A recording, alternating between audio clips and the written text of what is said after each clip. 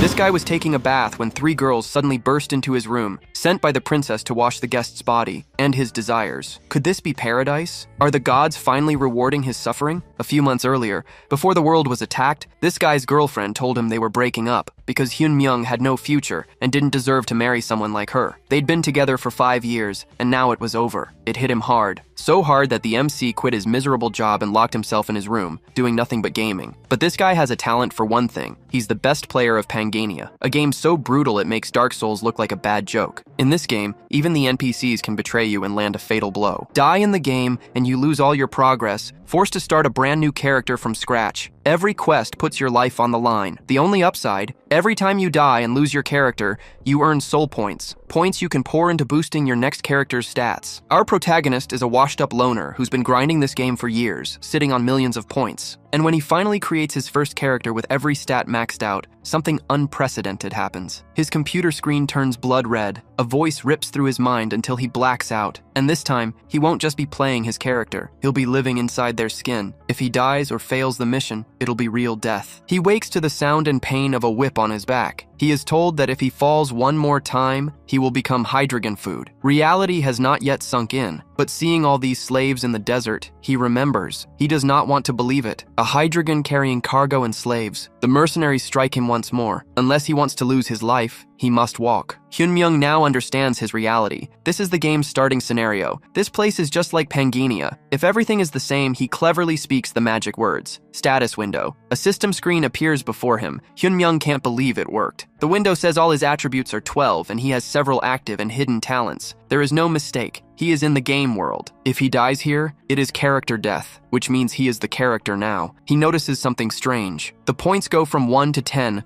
so how does he have 12? Besides that, what are these 13 hidden talents? He has no time to think about it. The ground trembles intensely. Hyun-myung has no idea what is happening, and not even the mercenaries seem to know either. On the horizon, the army of the Desert Queen is charging forward. The woman comes mounted on dragons. Her very presence terrifies the soldiers. But the MC is surprised because he recognizes this woman. This is the Snake Princess, and he has seen her before. Then the system issues an alert. The main quest has been generated. He must survive to get good rewards. If he dies here, his body in the real world will also die. Now he feels the fear. His life is truly in danger. A shower of arrows is launched into the sky. The slaves cannot defend themselves or escape. Hyun-myung freezes, realizing his life is at risk. He is paralyzed with fear, but when his face is wounded, Hyun-myung's mind clears. Furthermore, the wound unlocks his first hidden talent, the monarch's heart. The slaves are struck by arrows, and now the soldiers come to eliminate the rest. Hyun-myung needs to break free of his shackles, and there are the keys. A soldier is about to reach him. A single sword strike in this world is fatal, but Hyun-myung grabs the dead soldier's sword. As he takes the blade, a powerful energy surges through it. The soldier who tries to strike him does not even see the slave move past and land the blow. He is defeated in an instant. Hyun-myung now has only one thing to do: use his Master of Arms talent, activated the moment he picked up a sword. He cannot afford to fail even once. More soldiers come. He moves through them, shattering their weapons and cutting their limbs. A bald soldier's spear is cut in two, and Hyun-myung grabs the broken tip. He hurls it at another soldier, killing a second bald man. The mercenary with the covered face also tries to attack. Hyun-myung dodges the attack, and he realizes he can see something beyond the normal. A blue line that shows the openings in the enemy's defense. This must be another hidden talent. Then, with a precise strike, he runs the mercenary through. Hyun-myung is a savage force, but there are nearly 500 soldiers here. There is no way to face them all without growing exhausted.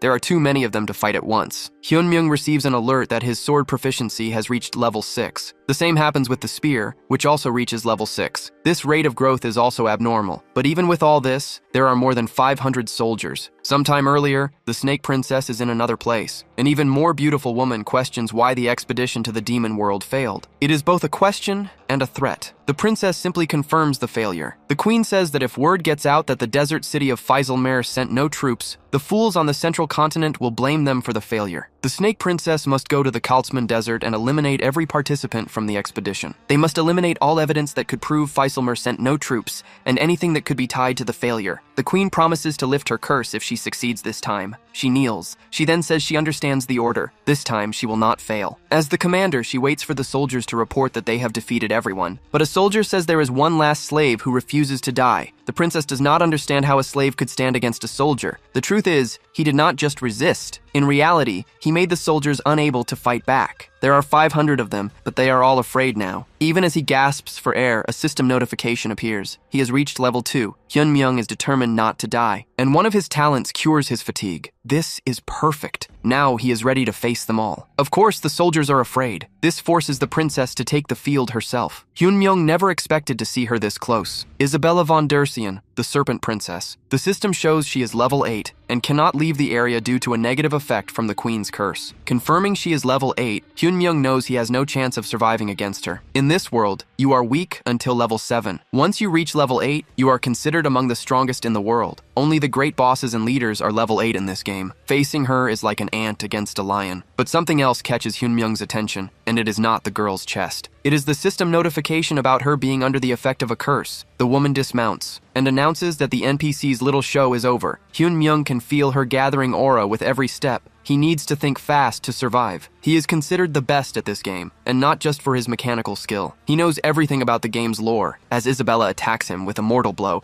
he asks if she does not want to be free of the Queen's curse. Hyun-myung gambles everything on his words. The blade stops. It worked. The fish took the bait. The woman stares at him, trying to understand how he could possibly know that. She desperately wants to know who he is. Hyun-myung claims he is the Star Bearer and can help her break the Queen's curse, allowing her to leave this desert. Isabella is even more surprised by this. It worked. The girl believes him. Hyun-myung knows that the Star Bearer is an NPC class required to transcend to the maximum level. The class exists only for NPCs, and it is clear he is not the real one. But removing the Queen's curse requires the blessing of the stars. Since she wants to be free of the curse, she has to listen to him. The reason he is so sure she wants to be free of the curse is quite simple. Isabella von Dersian is a character he created. She was an unfortunate character he had to neglect because she chose the wrong starting point, and the Queen's curse is a mechanic designed to keep players in the initial area at the start of the game. But a player character is meant to see the game's ending, and they are supposed to travel the world to reach it. But he left her in this place, trapped by the Queen's curse. Isabella asks for the protagonist's name. Hyun-myung replies that his name is Randolph, and so, his character name is Set. They both stare at each other, an incredible tension between them, but Isabella turns away, saying she will postpone taking his life for now, but if he is lying, she will cut him into pieces. Then she orders him to be escorted, as he is an honored guest and must be treated with the utmost care. The survival mission is complete. Then the system begins to calculate the results. Randolph stands up as the system announces he has broken records with a perfect result. The constellation of fortune has smiled upon him, improving his rewards, while the constellation of battle remarks that it was not bad at all. He obtains a broken piece of the golden scale, a Hydreigon's soul, and Miquella's sword. Randolph collapses to the floor, thinking that he somehow survived. He opens his half-lidded eyes. He has a total of 220 points, and his results will be added to the Hall of Fame. In the castle, as night falls on that day, Randolph sits in a luxurious bathtub. He analyzes the status windows in front of him. Randolph notes that the Hydreigon's soul is infamous for having dropped only once since the game's launch, and that Miquella's sword is a must-have item for the early game. But he wonders what this broken piece of the golden scale is, and what the synchronization between reality and Pangania means. Suddenly, a few maids open the door behind him. They ask if he would like them to wash him. Randolph replies that they can wash only his feet, and wonders if they are already testing him. The girls begin to rinse his feet. Randolph notices they are Isabella's chambermaids, and if he shows any reaction, they will become suspicious of him. Because the Star Bearer shows no reaction to any stimulus, he mentally tells himself to remain calm, but he holds his gaze, looking at the chest of one of the girls. Startled, he calls up his attribute window, but he notices something different this time. He wants to know what the hell this boundary between reality and Pangania is. Another window opens before him. The Hall of Fame message says he unlocked the log out function by entering the survival rankings. The girl calls out to the Star Bearer. Randolph thinks this is impossible. Gracia and I Love Mint Chocolate are two people he has played with before. He thought they had quit the game since they disappeared, but it seems they were summoned. And on top of all that, he has unlocked the log out function. He thinks he can leave this damned game. So he tells the maids to stop, as he needs to communicate with the stars. He says that if he does not communicate with them in time, he will lose his powers, and asks if the princess would like that. One of the maids is left speechless. Randolph tells them to let Isabella know he will see her when the communication is finished, and with that, the door to the room closes. Randolph remarks that, thank God, the excuse actually worked. He was afraid he would be trapped in this place forever. He decides he will never return to this game again. He presses the log out button. The system begins to log him out, but warns that he must keep his character in a safe place, because if he loses his life there, he will lose it in the real world as well. And with that, he successfully logs out of the game. Back in his room, Noises can be heard in the distance. A fire is spreading across the city. People run, screaming for help. A monstrous mantis stands in the middle of the fire. A phone blares a disaster alert. Randolph wonders what that is. He looks at the mantises through the window. The creature screams when it sees him. Randolph falls to the floor, cursing. He wonders why there are monsters from Pangania in the real world. Something then falls from his pocket. The golden scale has come with him. All the previous events begin to flood his mind. He grabs his chair, realizing this is his room. Maybe he fell asleep after playing Pangania for so long. Of course. There's no way that could have happened. His life is not a manhwa, so it makes no sense. It must have been a dream. But then he notices a pouch and the scale in front of him. He wonders if these things have always been in his room, dreading the thought that it was all real. He puts the scale in his pocket and wonders what the game gave him. But the page does not exist, and a message tells him to contact customer support. Randolph thinks the page simply vanished while he was not looking, until voices from outside scream that there is a monster and plead for help. They are fleeing from a giant praying mantis that is causing chaos in the city. Some humans have already lost their lives. Meanwhile, police officers declare an emergency as several unidentified monsters appear. Randolph's phone buzzes with a notification. He wonders what that is. The scene repeats itself as he asks why monsters from... He wonders if the border between reality and Pangania has shattered, and what he should do in this situation. His hand touches the artifact beside him. The protagonist notices something different about it. He reasons that if monsters from the game are roaming free, then maybe items obtained in the game can too. Michaela's sword and Hydreigon's soul emerge from his bag. The protagonist wonders how to use them, since in the game he just had to double-click. He remembers the system screen from before, and then he finally realizes something. There is no way he can fight these monsters, but he uses the function to synchronize with Randolph. The golden scale fragment has 24 hours remaining, in a city ravaged by destruction. A mother runs, carrying her child in her arms. The girl asks where her daddy is and why he is not coming, but her mother replies that he will be there soon. Suddenly, rubble begins to fall toward them. The child is thrown clear of the impact. Her mother is injured beneath the rubble,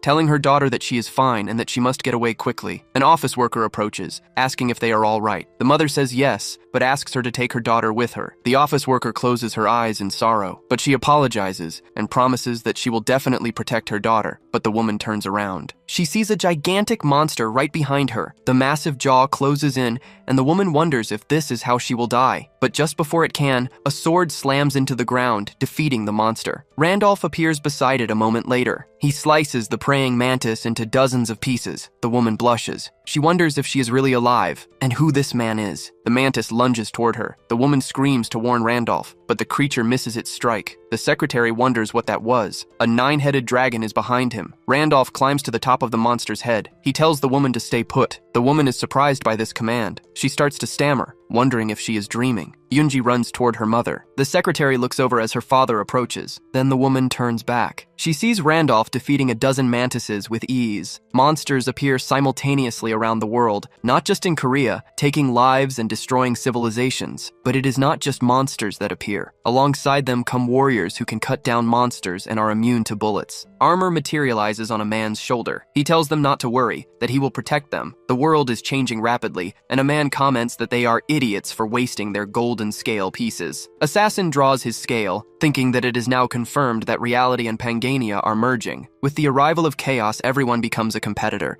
and those who gather the most golden scale pieces will become the main players of this era. The ranking fixed for 2 years finally changes, and the highest score is an absurd 220 points. He wonders if Randolph is a Spectre. Spectre, also known as Ghost, was the first person to form an NPC caravan called the Expedition to the Demon Realm, the only one to get close to the game's true ending. Even though it ended in complete failure, he is undeniably the #1 player in Pangania. Since his strongest character would be summoned after losing his life, he must have been summoned in Pangania the moment the expedition failed. Even though his appearance and equipment have reset, talents from previous characters are carried over, and that is why. He knows how he achieved such a high score. Randolph snaps out of his thoughts once again. He reflects on how monsters appear in the real world, just as players are summoned and take the form of their Pangania characters. The situation is becoming clearer. With his last character, he almost reached the end of the game with the expedition to the Demon Realm. But the mercenary NPCs he hired hindered his progress, and even his friendly companions betrayed him, as the interference was beyond his expectations. But what if all those interfering variables were summoned players? just like him. Players who did not want the ending to be reached,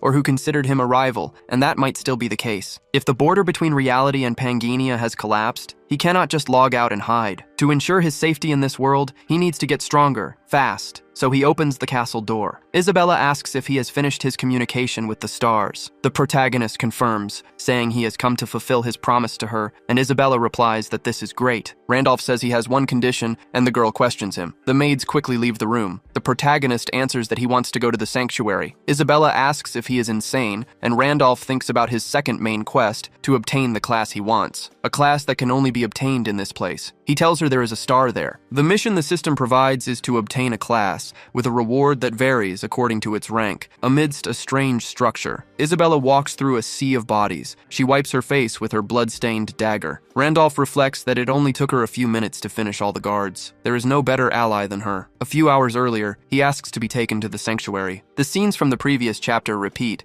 along with his lie. Isabella questions him about the star, and Randolph explains that it is hidden. To remove his curse with the blessing of the stars, he needs that star. He reflects on how he found the fourth star by chance while leveling up his previous character. Isabella shouts that no one can enter the sanctuary. If they discover she secretly brought someone there, she could lose her life. But the protagonist replies that she herself can enter. Back in the present, he reflects that if he had failed to persuade her, his own head would be rolling on the ground. Then, he announces that they have arrived, and this is the Holy Land. The system notifies him that he has entered the desert sanctuary and received the secondary quest to explore the desert, but the area is above his level. His hidden trait, Giant's Demon Resistance, is protecting him. The protagonist thinks that without it, he would not have been able to enter. He thinks that if he sends Isabella ahead and just completes the secondary quest, the rewards should be good for a level 2 beginner. But the quest is not what matters right now, because this is the place. The quest to obtain a class in the sanctuary begins. It will only end when he acquires the class. The reward varies depending on the rank of the acquired class. Randolph reflects that he can obtain that specific class from the edge of the cliff above. Isabella looks down suspiciously. Then, her gaze shifts to the sanctuary's pillars, and she smiles to herself. She turns and says they took the wrong path, but Randolph grabs her shoulder and asks where she is going. She replies that the bridge is a trap, and the chains are designed to throw off anyone who tries to cross. Randolph asks if she is afraid. This infuriates Isabella even more. She says she is called the Snake Princess. Randolph replies that he did not know she was shy. The girl says the chances of it being a trap are high, and that her leg is cramping. The protagonist tells her to get on his back. Isabella blushes and yells, asking if he wants to die. Randolph says there is no time to waste. When dawn breaks and the lifeless warriors are found, she will be a suspect for not being there. So instead of wasting time out of fear, it is better to carry her and run. Isabella closes her eyes in anger, but she holds on to the protagonist, complaining about the damned cramp. Randolph speeds up, telling her to hold on tight.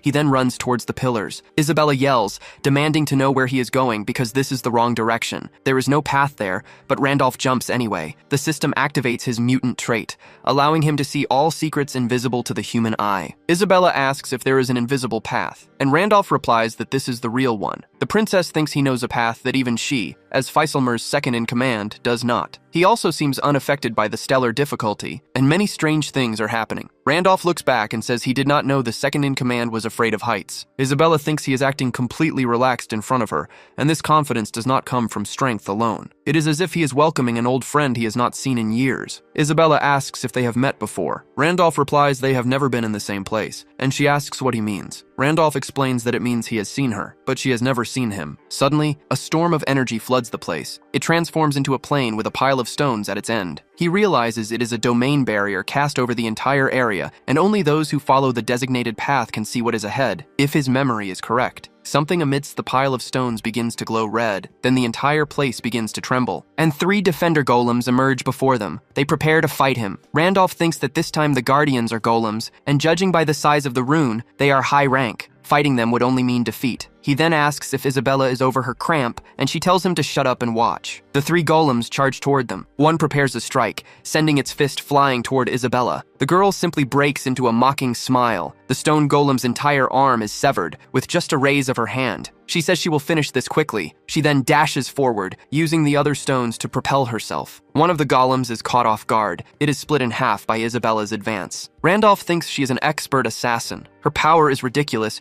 even for the character he created. All the golems are brutally torn in half by the girl's power. Randolph reflects that this is the power of a level 8. Suddenly, a system screen appears before him. He can acquire the Golem Creator class, and Randolph wonders if the system is recognizing Isabella's skills as his own. Summoner-type classes are rare in Pangania, making Golem Creator a very good class. In terms of ranking, it is at least high rank, but this is not the class he wants, so he declines, because the one who can grant him the class he wants is something else entirely. The dark energy flooding the area surprises Isabella. A figure emerges from the shadows above them. The ancestral king and master of the mountain, buried by the nameless star, rages at the invaders. Randolph says he has finally appeared, the great god who guards the star, the ancestral king Dramet, and so they both stand motionless before the serpent. The system warns that the player's level is much lower than the recommended level of 10. Randolph notes the crushing pressure, and he is the guardian of the sanctuary. Isabella asks if he came here expecting her to defeat the mountain guardian for him, and Randolph says that despite its appearance, it is actually quite gentle. He claims it would never attack him, but the snake immediately lunges forward. It strikes at Isabella. The girl falls to the ground. Randolph is completely surprised by this. Isabella glares at him with rage. Randolph comments that this is strange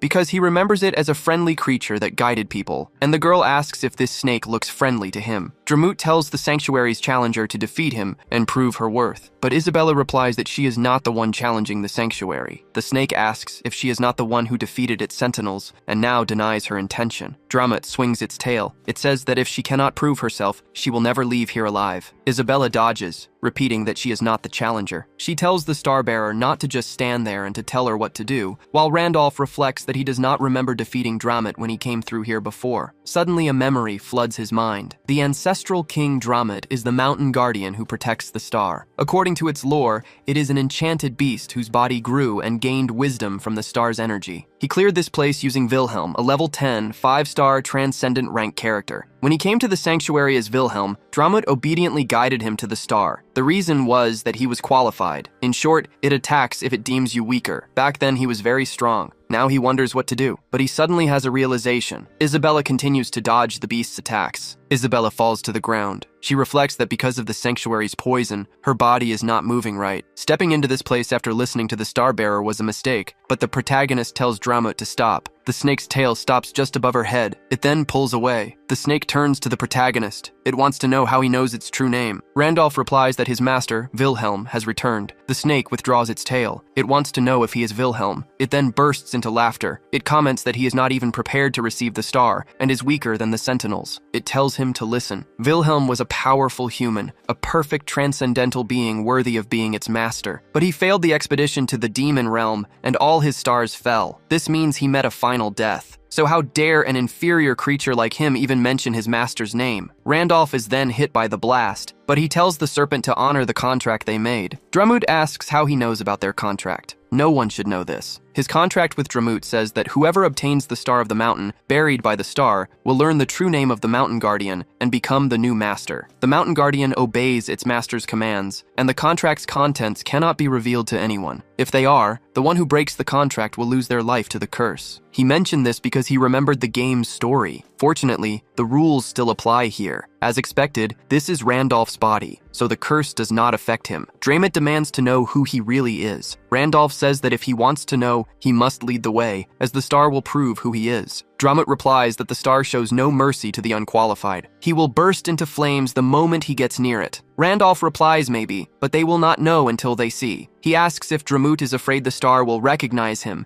and reveal him as its true master. Dramet finds this funny. He says he is just a brat who looks like he could be destroyed in a single bite and wants to know what gives him the confidence to be so arrogant. He tells him to follow, as he will lead him to the star. He does not believe he is Wilhelm, but since he knows of the contract, killing him does not feel right. He would rather let the star dispose of him. With that, he moves ahead of the pair, as night falls over the area. Isabella asks if this is it, the place where the star is. Randolph confirms that it is, the object on the altar to be exact. The star rests on top of a pentagram. The girl asks if the skull is the star. Randolph replies that, to be precise, it is the face of Leah. When Leah, the twin goddess of Pangania, lost her life, her body split into 32 fragments and scattered across the continent. These 32 fragments are what people call the stars. They are used as catalysts to break the player's limits, allowing them to reach transcendence. The protagonist then focuses on the item. A torrent of fire erupts before him. Isabella screams, asking if he is all right. Dramut laughs, saying he warned him he would burn just for getting close. Even with all his confidence, the star rejected him, but the protagonist's figure stands within the flames. He thinks that Dramut is a truly annoying creature. This star only takes a player's life in one situation,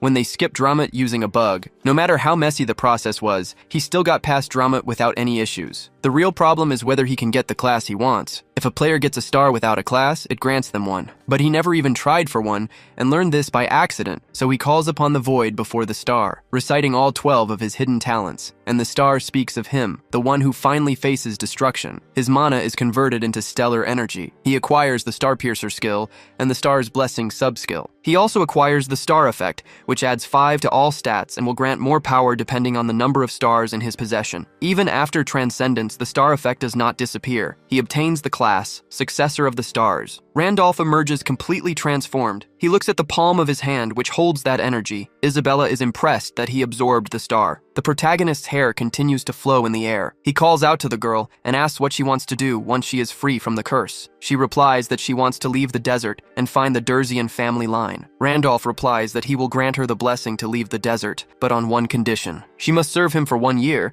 and after that he will guarantee her freedom and help her find the Durzian family line. Isabella remembers the queen from her memories. She clenches her fists in anger. Randolph places a hand on her shoulder. He says that he is not the queen and that he does not lie. The girl is taken aback by this. She then bites her lip. She kneels and says that she will serve him. Randolph replies that she has made an excellent decision. Alias calls out to Dramut, wanting to know if the owner of the star is its master. The serpent becomes docile and says yes. The protagonist says that in that case, it must bow. The system begins to calculate the rewards, noting that he has reached 230 points and the Hall of Fame has changed. Several combat-oriented constellations are beginning to take an interest in his movements. From afar, the queen senses a presence that enrages her. She remarks that Isabella entered the sanctuary with the slaves she captured, and that they must capture them both immediately. In the normal world, in the middle of a city, a coffee shop is open at this time of day. Two twins question if Randolph is really Spectre, certain that even ignoring the first main quest, getting a class score higher than Gracia's is impossible unless you know the game inside and out. The veteran Ghost player who has played the game for 5 years, Spectre, has finally appeared. This will cause a huge commotion, and they can contact him before anyone else. A girl asks how,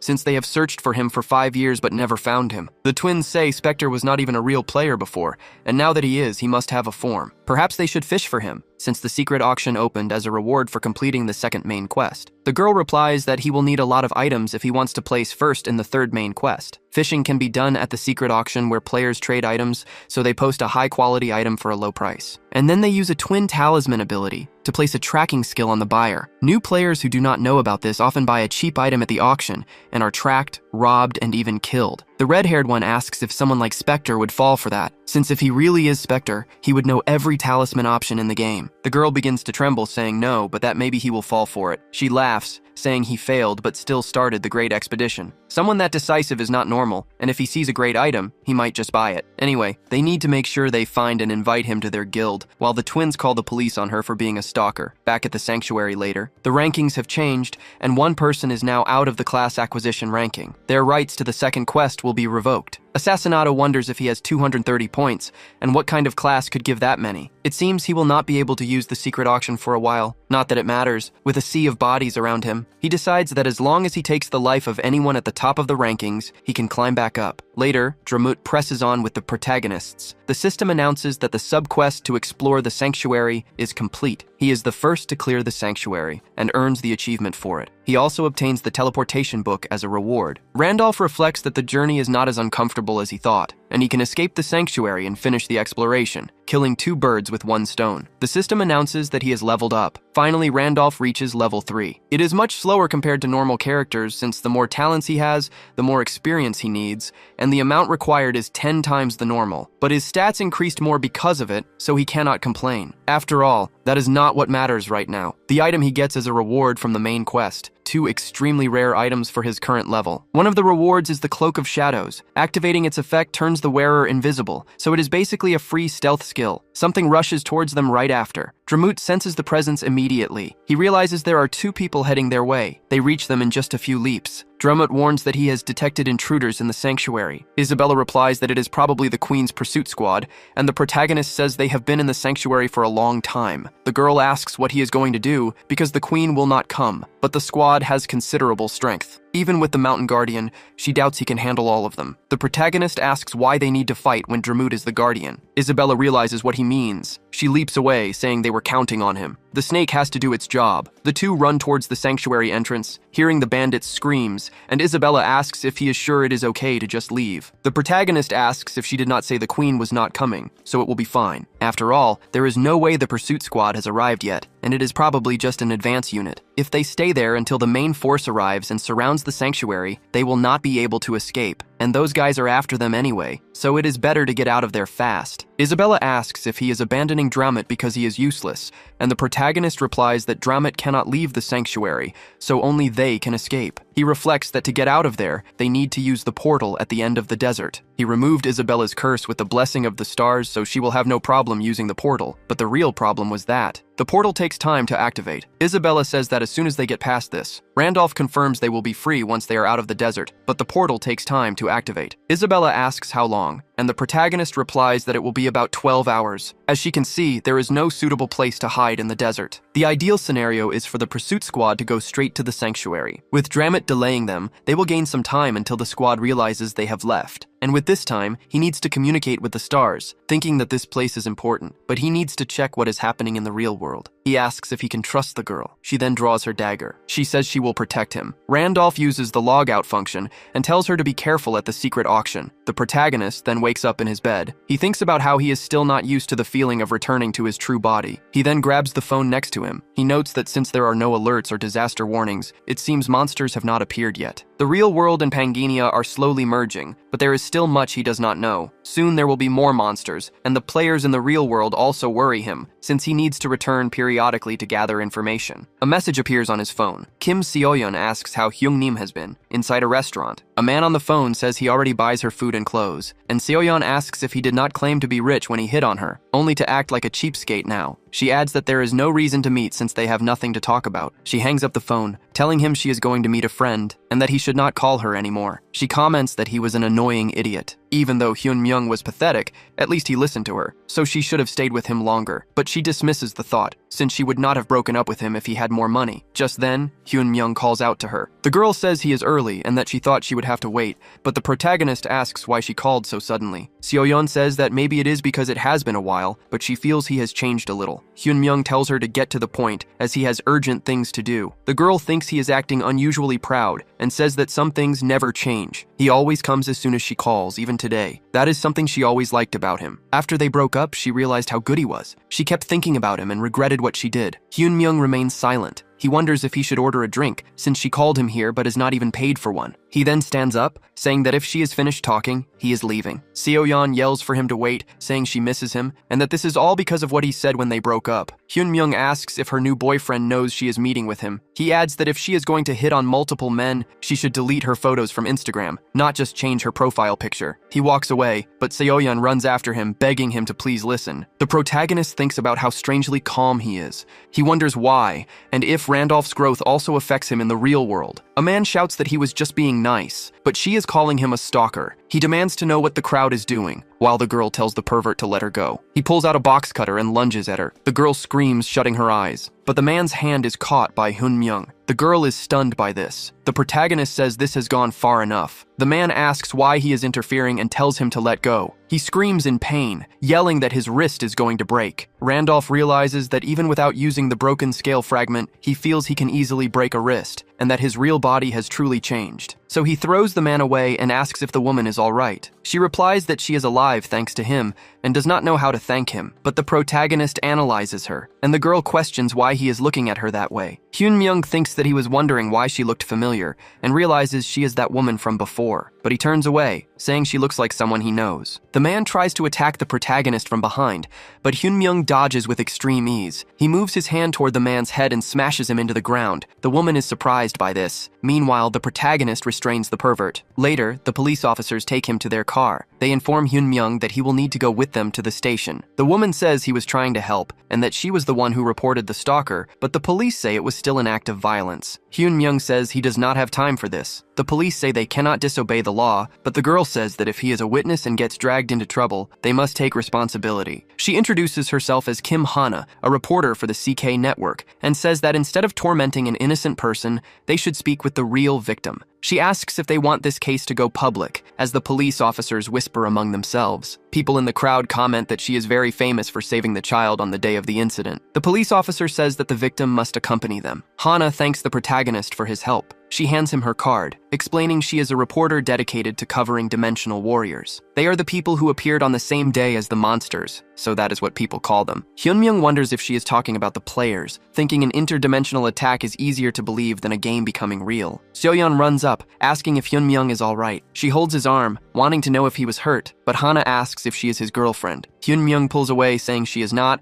and adds that he does not have a business card. He gives his number to the girl, and Seo-yeon is devastated by this. Hana says that Park Hyun-myung is a nice name. She tells him to message her tomorrow for dinner or coffee, saying it is her treat, and Hyun-myung says he will not refuse. Seo-yeon asks how he could do this to her, and that he is just a nobody. On her way home, Hana's cell phone rings. She answers, and the caller asks if the great Kim is having a good weekend. But the executive director went on a trip and left her with a task, to interview the player Gracia. Hana asks if this is the person who saved America and is now treated as a hero, and why she has to handle such a big shot. But the main thing is that she is coming to Korea. Back in the game, a sea of bodies. Isabella pants, breathless from exhaustion. She remains on her feet even after taking the lives of 100 assassins. She stumbles slightly. One of the mercenaries tells her the queen orders her return. She must hand over the slave behind her, and they will pretend none of this ever happened. But the girl's dagger remains at the ready. In response, the assassins advance on her. Isabella stands her ground, analyzing everything she can do. Suddenly, an energy floods the area. The teleport is activated, and teleporting to the starting point is free. Isabella manages to stay on her feet thanks to his support. The protagonist tells her she held up well. Isabella asks if he is done communicating with the stars. One of the mercenaries tells the others not to stand around and to execute the traitor. The protagonist says that she kept her promise to protect him, so now he must keep his. He then releases the power in his hand. He uses the Star Piercer skill, which consumes all his energy, and has a total duration of 41 seconds. Those men begin to die with brutal speed. The protagonist tells her this is her moment of freedom, and she should enjoy it. Isabella says that this is the power of a starbearer. He turns and tells her it is not too late, and that she can go back if she wants, because he will not stop her. The girl remains still and says no. A smile spreads across her face, because she will stay by his side. The curse of limits placed on Isabella is nullified, and a connection is established with the city on the central continent of Arcana. The system welcomes them to the Golden City. It offers a tip that this is a city where materialism has reached its peak, and without the wealth of a noble, one should avoid entering the inner districts. Merchants converse with civilians, while other people ride by in carriages. Isabella comments on how extravagant it is, and Randolph says this is the Golden City, where everything can be solved with gold, and that first, they need to earn some money. The girl says that if it is gold, he should not worry, because she brought 300 coins with her. Randolph sighs at this. He says it will last one night at most, and the girl is surprised. The girl says that is impossible, that 300 coins can buy 10 slaves,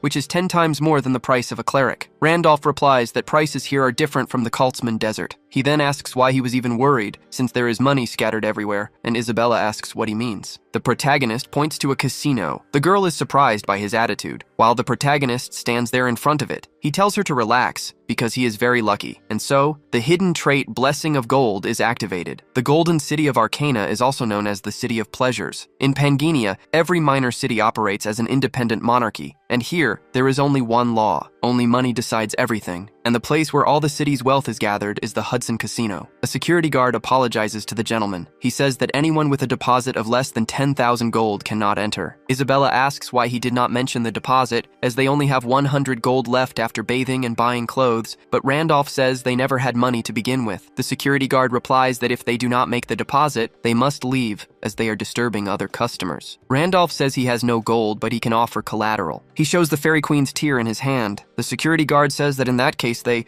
have a VIP client, and so everyone kneels before him. Isabella asks what he gave them, and Randolph replies that it was a Fairy Queen's tear talisman. It was one of the rewards he received when they visited the sanctuary, and it is worth at least 1 million gold. He is calm since it is just a deposit, and as soon as he wins some money, he can pay to get it back. A roulette wheel begins to spin rapidly. The ball lands on a red number, but then it rolls onto a black number. Everyone celebrates as he wins again. He started with 1,250 gold, but now he has already won over 1.5 million gold. Randolph thinks that as expected of the blessing of gold, there is no better trait when it comes to money. Isabella says they are rich, and the croupier addresses the gentleman. He says they will give him all his winnings, but he is banned from entering the Hudson Casino ever again. Every customer who copies his bets is winning, and it is becoming a serious problem. That is why the security guards are here to handle the situation. The croupier asks him to leave the premises. Isabella glares at the guards with intense rage, but the protagonist says he will leave. But he needs to speak with the owner of this place, and the croupier says that will not be possible. The protagonist tells him not to get the wrong idea, because he is not the one who will want the meeting. His boss is the one who will want to meet him, and the croupier should tell him about Randolph. In a private room, a man analyzes the Fairy Queen's tear with his hand of observation. He thinks that it is real, but wonders who could possibly possess it. It is carried only by the knights of the Fairy Queen, and fairies rarely leave their realm. A fairy knight is powerful enough to take the lives of at least 3 level 10 individuals. He has searched everywhere for one, but no one was selling it. To think an item like this would come to his casino on its own. A subordinate calls for Mr. Hudson and says that the man who left the talisman as collateral has asked to meet with him. He says he wants to meet with Hudson. A smile spreads across the casino owner's face. Later, they meet at a table with tea. Randolph remains impassive, looking at the table. Hudson wonders if this is the man who used the Fairy Queen's tear as collateral, noting that he does not seem strong. He heard the man wanted to speak with him, so he asks what he meant. Randolph says that was the only reason. He knew Hudson would want to meet him, so he had the message delivered. He needs the talisman he used as collateral. Hudson says Randolph must know he collects rare talismans,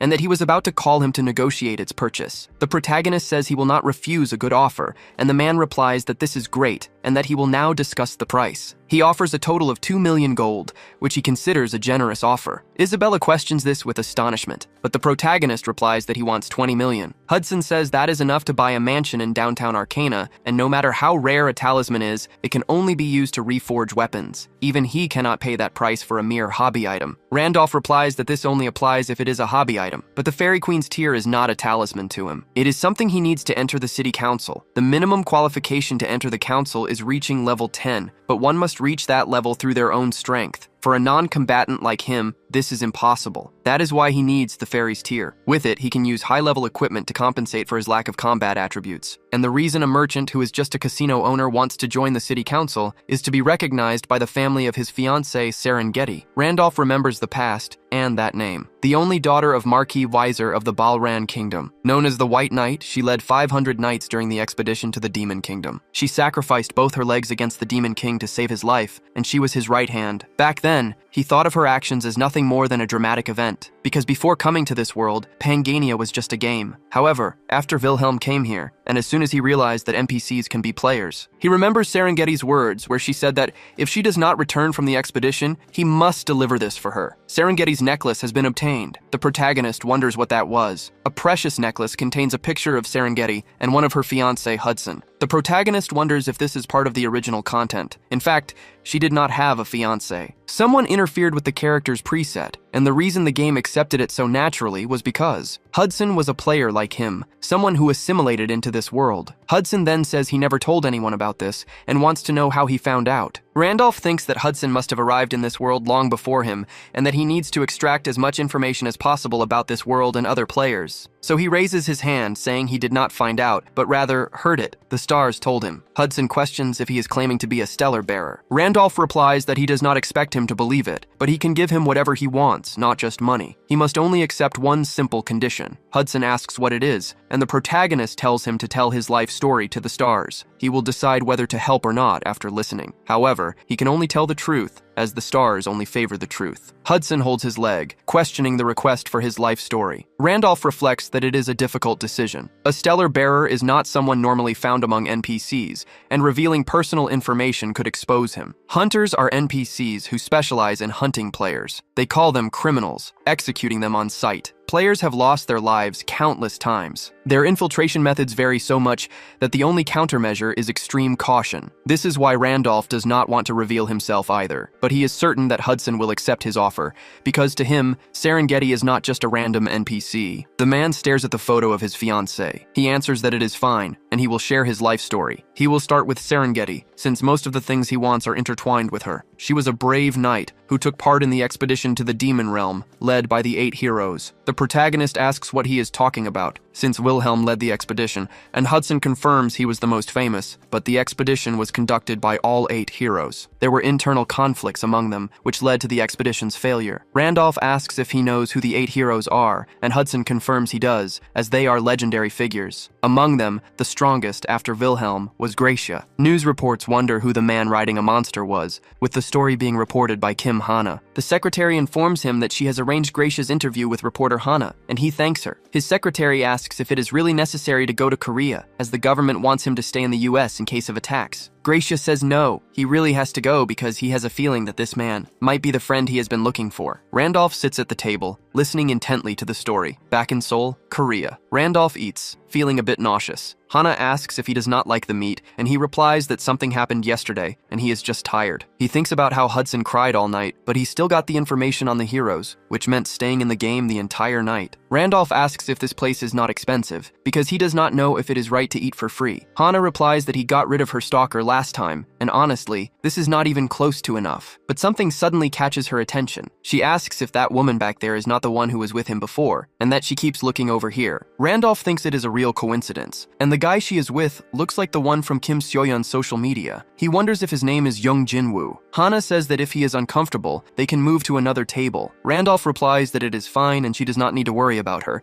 since they really do not have any kind of relationship. But a voice calls out for Park Hyun-myung, wanting to know why he followed Seoyeon here. He not only kept bothering her after they broke up, now he is even stalking her. Randolph then asks about it, and Jinwoo says yes. He heard that last time he cried and begged Seoyeon to go to the coffee shop with him, and Randolph is confused. But then he understands what happened. He looks at Seoyeon, who is smiling. Jinwoo says that if he keeps following Seoyeon, he will kill him. Hana shouts that she has been quiet, but the more she listens, the more ridiculous it gets. And Jinwoo asks if she is one of his rental girlfriends. Everyone starts to look at the fight, with Jinwoo insulting the girl and Hana defending herself. But Jinwoo throws money in her face, asking if it is not enough. He then asks why the 2 filthy people do not go somewhere else. But Hana slaps him across the face, calling him a fucking asshole. Jinwoo says she hit first. He tells her to watch her teeth, preparing to strike. The blow closes in on the girl, but he trips and falls to the ground. The protagonist says that's enough, and that Jinwoo doesn't look so innocent himself. Jinwoo turns to him, irritated, but Randolph's hand is already on his face, slamming his head into the floor and repeating that's enough. Jinwoo wonders what is happening and why this guy is so strong. Seoyeon yells that he is embarrassing her and tells him to get up. Randolph suggests they end the conversation right there. He says Jinwoo started the fight and should make this easier for everyone, while Jinwoo thinks this bastard is humiliating him, but he messed with the wrong person, so he pulls a scale from his pocket. It suddenly begins to glow, illuminating the entire room and surprising the protagonist. Randolph asks what this light is. The people around them are also surprised, shouting that he is a dimensional warrior and that he actually transformed. Jinwoo then throws him to the ground and tells him to try talking now, making the protagonist land hard on his back. Hana screams the protagonist's name. Randolph reflects that he never imagined Jinwoo was a player, but he wonders why he doesn't seem to care. He definitely saw the transformation, but the attack didn't hurt at all. His great sage trait activates. Jinwoo says he only let his guard down for a second, and Randolph dared to make him look like a fool. Randolph thinks that he only has 1 class and has only reached level 4, and on the Pangenia scale, each level requires a greater amount of XP. Additionally, more experience is required depending on how many talents a player possesses, so they become stronger but level up more slowly. And of course, Jung Jinwoo is one of those with little talent, and the reason his level is so low is simple. He has never fought. He is a beginner player who has been running non-stop from day 1 until now. After a few lucky breaks, he survived the main quest, and with another incredible stroke of luck, he obtained what is considered a good class. And as a reward for achieving a high rank, he became able to log out. Randolph can tell without even looking. Not everyone starts out with his kind of abilities. Seoyeon says that's enough and they should leave because people are watching, but Jinwoo replies that he is no longer in the mood. He turns and tells Randolph he only survived because of Seoyeon, and that he should never come near her again. The protagonist thinks that Jinwoo is showing everyone he is a player, wasting the golden scale's power as if it were nothing. Hana asks if he is okay,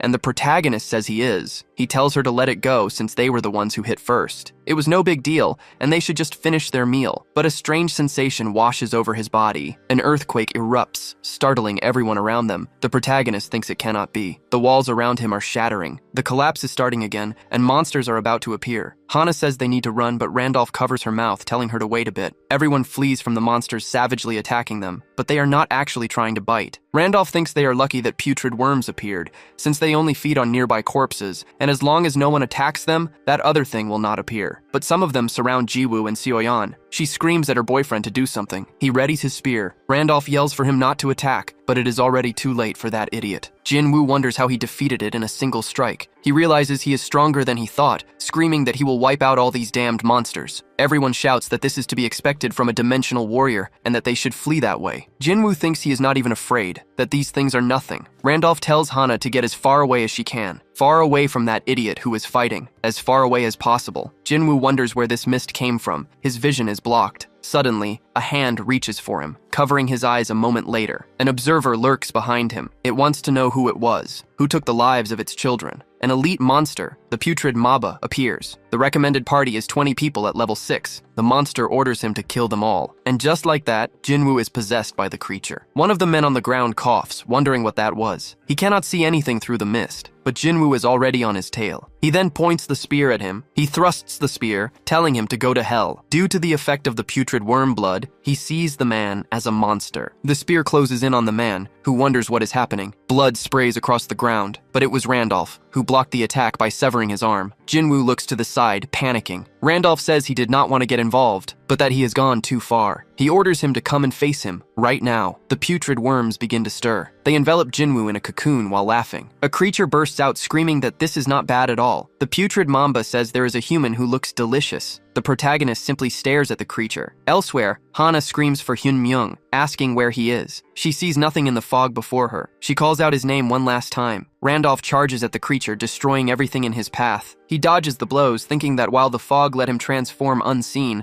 it does not guarantee an easy victory. If he did not know its attack patterns, he would already be torn to shreds. The Mamba says it is strange, as his physical abilities are not impressive, yet he is dodging everything. He moves as if he already knows its attacks. Randolph moves his sword into a thrust, but the monster says it is useless. But Randolph slices through all of its tentacles. He thinks that the putrid Mamba's next attack is coming right as he turns. An explosion of blood erupts before him. Randolph then grabs a table. He uses it to shield himself from the blast, thinking that if it touches him, he gets a debuff. The table blocks all the blood, but the protagonist smashes it to pieces immediately after, and keeps advancing, breathing heavily. The Mamba says it did not expect him to dodge even that. He has an impressive evasion skill. However, in the end, his attacks cannot reach it, so his evasion does not matter. Randolph tells it to relax, because he will soon put a sword through its forehead, and so he summons the talisman of the Fairy Queen's tear. He equips the boots of Hermes. He is below the requirements, but the tear allows him to use them. He also equips Miquella's armor and helmet, and now he can use the Miquella set ability, Celestial Dragonoid, and the agility from the boots of Hermes. The protagonist thinks it was a good thing he bought this at the secret auction,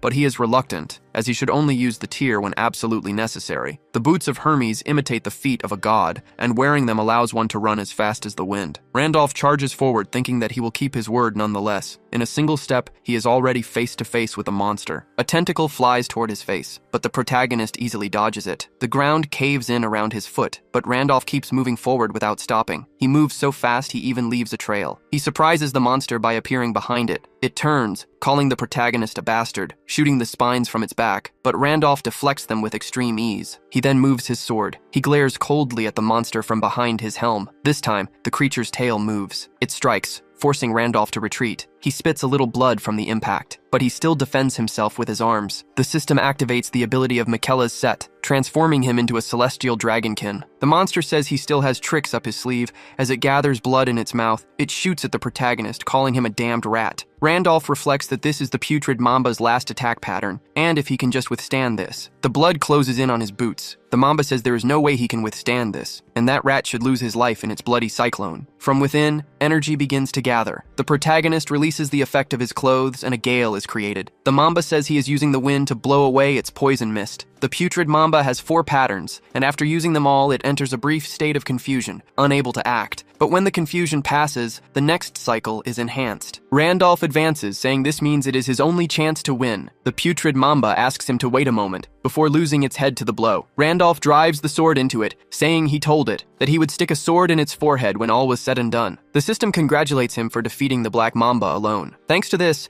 his golden scale now has a remaining time of almost 43 hours. Everyone shouts that the mist is finally disappearing. The darkness recedes for a moment, and the protagonist obtains a lucky die as his synchronization reaches 9.1%. Hana wonders if it is over and what just happened. She sees Randolph in the mist, wearing a hood. He covers his face right after. The girl recognizes him as the man from before. She excuses herself and says he is the one who saved her last time and that he must remember her. Hyun-myung thinks that she is safe as the cloak's effect activates. Hana asks to speak with him for just a moment, but the protagonist vanishes. She is surprised by this. She sees the wreckage on the ground. Suddenly, the protagonist approaches. He calls for Hana, and the girl turns around. The protagonist says he finally found her and got separated because of all the chaos. He asks if she is hurt, but Hana says she is fine. She notices something different about the protagonist. His finger is bleeding as he says he never thought things would end up like this. Hana asks if he is hurt. The protagonist says it seems monster blood splattered on him and thinks he did not even notice it. The girl comments that his clothes are fine, but his nails are caked with blood. She remembers he was also extremely calm when the monsters appeared and that he must know what they were. The protagonist does not know how to answer, but he says things got so chaotic that he just said what came to mind. Hana thinks he is very suspicious, acting as if this is nothing and appearing right after the man who saved her disappeared. The next day arrives. News reports say that a few days after the first invasion,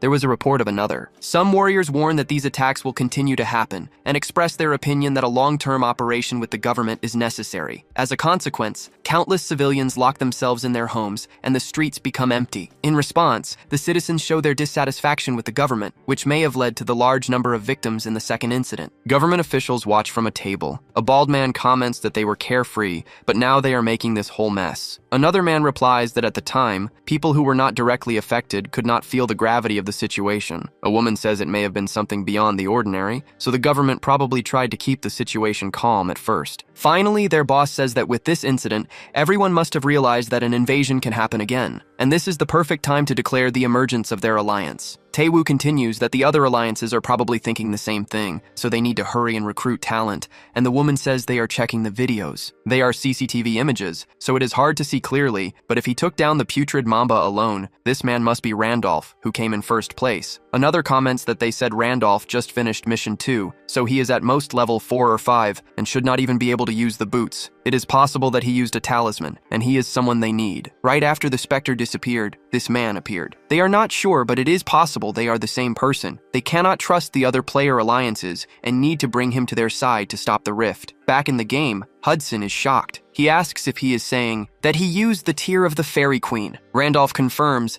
and Hudson questions why he would do that and if he was not going to give it to him. Randolph replies that he would help him, but never said he would give him the tear. He says he does not need a talisman to achieve his goal, and only got rid of it so Hudson would not cling to false hope, thinking he cannot admit he needed it. Hudson asks if he means there is another way, and the protagonist comments that his face says he does not trust him, but he tells him to follow, saying he will give him a reason to trust. They approach a new place, Arcana's underground dungeon, the sewers. They continue to explore the area. Hudson questions why it had to be the sewers. Randolph replies that it is to remove his distrust, and also because he wants to create an anchor point before they go to the place that will grant his wish. The teleportation book he got from Dramut was convenient, but having to increase the exploration rate every time was annoying. He wanted to explore all of Arcana, but that is impossible with the time he has, so they will have to be satisfied with just the sewer dungeon. Hudson shouts that it is too dangerous to do this with only 3 people. The boss that lives here is a mutant monster rat that requires at least 6 level 8 people to defeat. Randolph stops in his tracks. He says that he knows. The dungeon boss appears and starts walking toward them. The rat's reddish eyes lock onto its target. Then it digs its claws into the ground and lunges forward with extreme speed. Randolph continues to stare ahead without saying a word. Hudson thinks that the mutant monster rat is a monster that uses its speed as a weapon, and normally 6 people would form a formation, but they are completely unprepared. He wonders what Randolph was thinking to do something so idiotic. Randolph tells Isabella to move, and she draws her dagger. She moves toward the 10 o'clock position. The rat does not understand what is happening. Randolph thinks that if you know its pattern,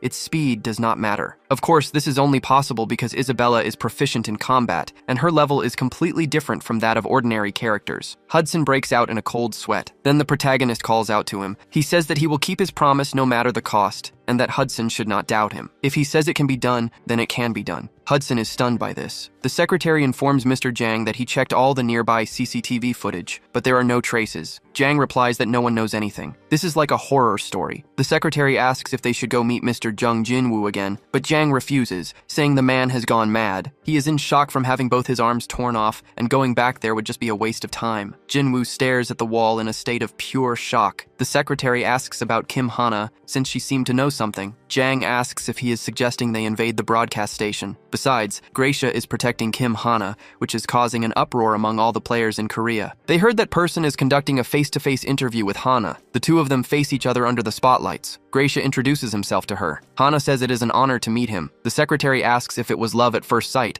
and Jang tells him not to poke a beehive without reason. He reflects that with the Spectre's disappearance, Gracia is the strongest player, yet that monster came to Korea just for an interview with a common reporter, and the best thing to do is stay away. If they make him angry, the alliance could be destroyed. Elsewhere, a man asks if it is over yet. The victim asks what he is doing, since real-world PK is supposed to be forbidden. Gracia told them to prepare for an invasion, so this is forbidden in the real world. But the man grabs his face, telling him it is all right. He takes the young man's life, telling him to ask Gracia for help. Blood spreads across the floor. Meanwhile, Murder walks away from the scene. The ranking updates, and he is now a ranker who has gained the right to use the secret auction. Murder thinks that Randolph is definitely the Spectre. If he is not, there is no way to explain the score. If it is him, he will challenge the main quest immediately without hesitation, and by waiting in that place, he will meet him soon, and he will lose his life at his hands. Back in the world of Pangenia, a Hydreigon slams its claw into the ground. It stands there imposingly. Smoke then envelops two people. Randolph thinks he was lucky, and his main objective is just to create an anchor point in the sewer dungeon. The lifeless monster lies on the ground. He approaches and pulls a crystal from inside it. It is a mutant rat core, which causes mutations in beasts or can be used as a material for tools. He never imagined he would get a material to evolve the Hydreigon. He asks if Hudson handled things at the casino,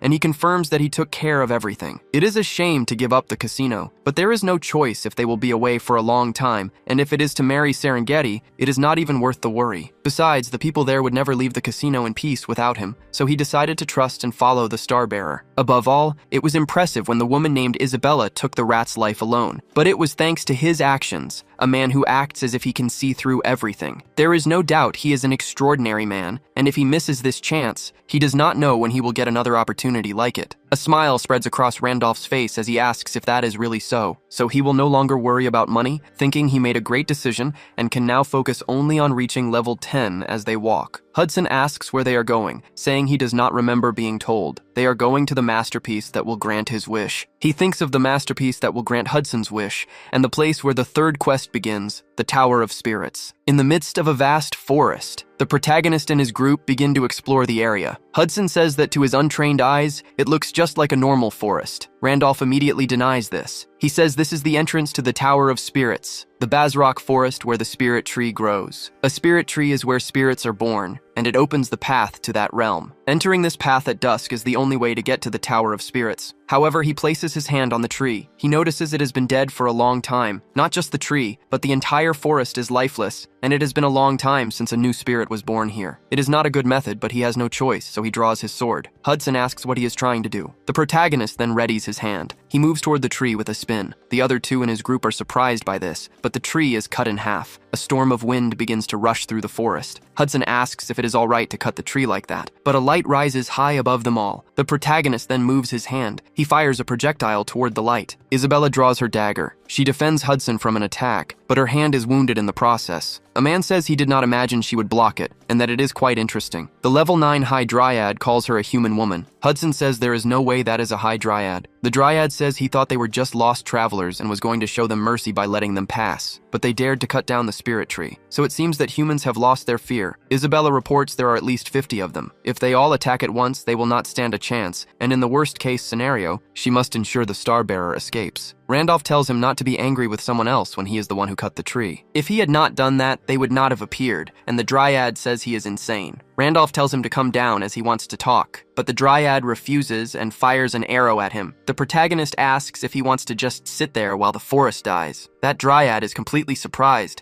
The protagonist says he will bring this forest back to life. He sees no spirit that could bring it life, and he knows better than anyone that if no new spirits are born, the forest will die. He must open the gate to the spirit tower, because he will give this forest a spirit. But the Dryad calls it nonsense, saying the tower is only for the chosen. He then asks if he is saying a wretch like him could enter. Randolph thinks that it is impossible. In the first place, to enter the tower, one needs a relevant talent and must complete missions. Only after waiting for several coincidences to align can one overcome the low odds and enter, and at Randolph's current level, it is something he cannot even dream of. But that would only be if he were an ordinary character. So he tells him to shut up and open the gate. The Dryad asks if he is saying he will save the forest. He is a liar, and they must take his life for destroying the tree. He prepares for combat, while Hudson and Isabella are startled. The High Druid remains silent, but he raises a hand and says, "That is enough." All the other druids are surprised by his decision. The High Druid then jumps down to the ground. He comes face to face with Randolph, telling him to keep his word. The protagonist says that he always keeps his promises and will bring the spirits back to the forest. The High Druid says he does not expect him to succeed, and simply thought it would not be too late to take his life if he fails. He then tells them to follow him to the tower. As the day passes, they arrive at a stone tower. The stacked stones remain immobile. The druid explains that the life force is now draining away,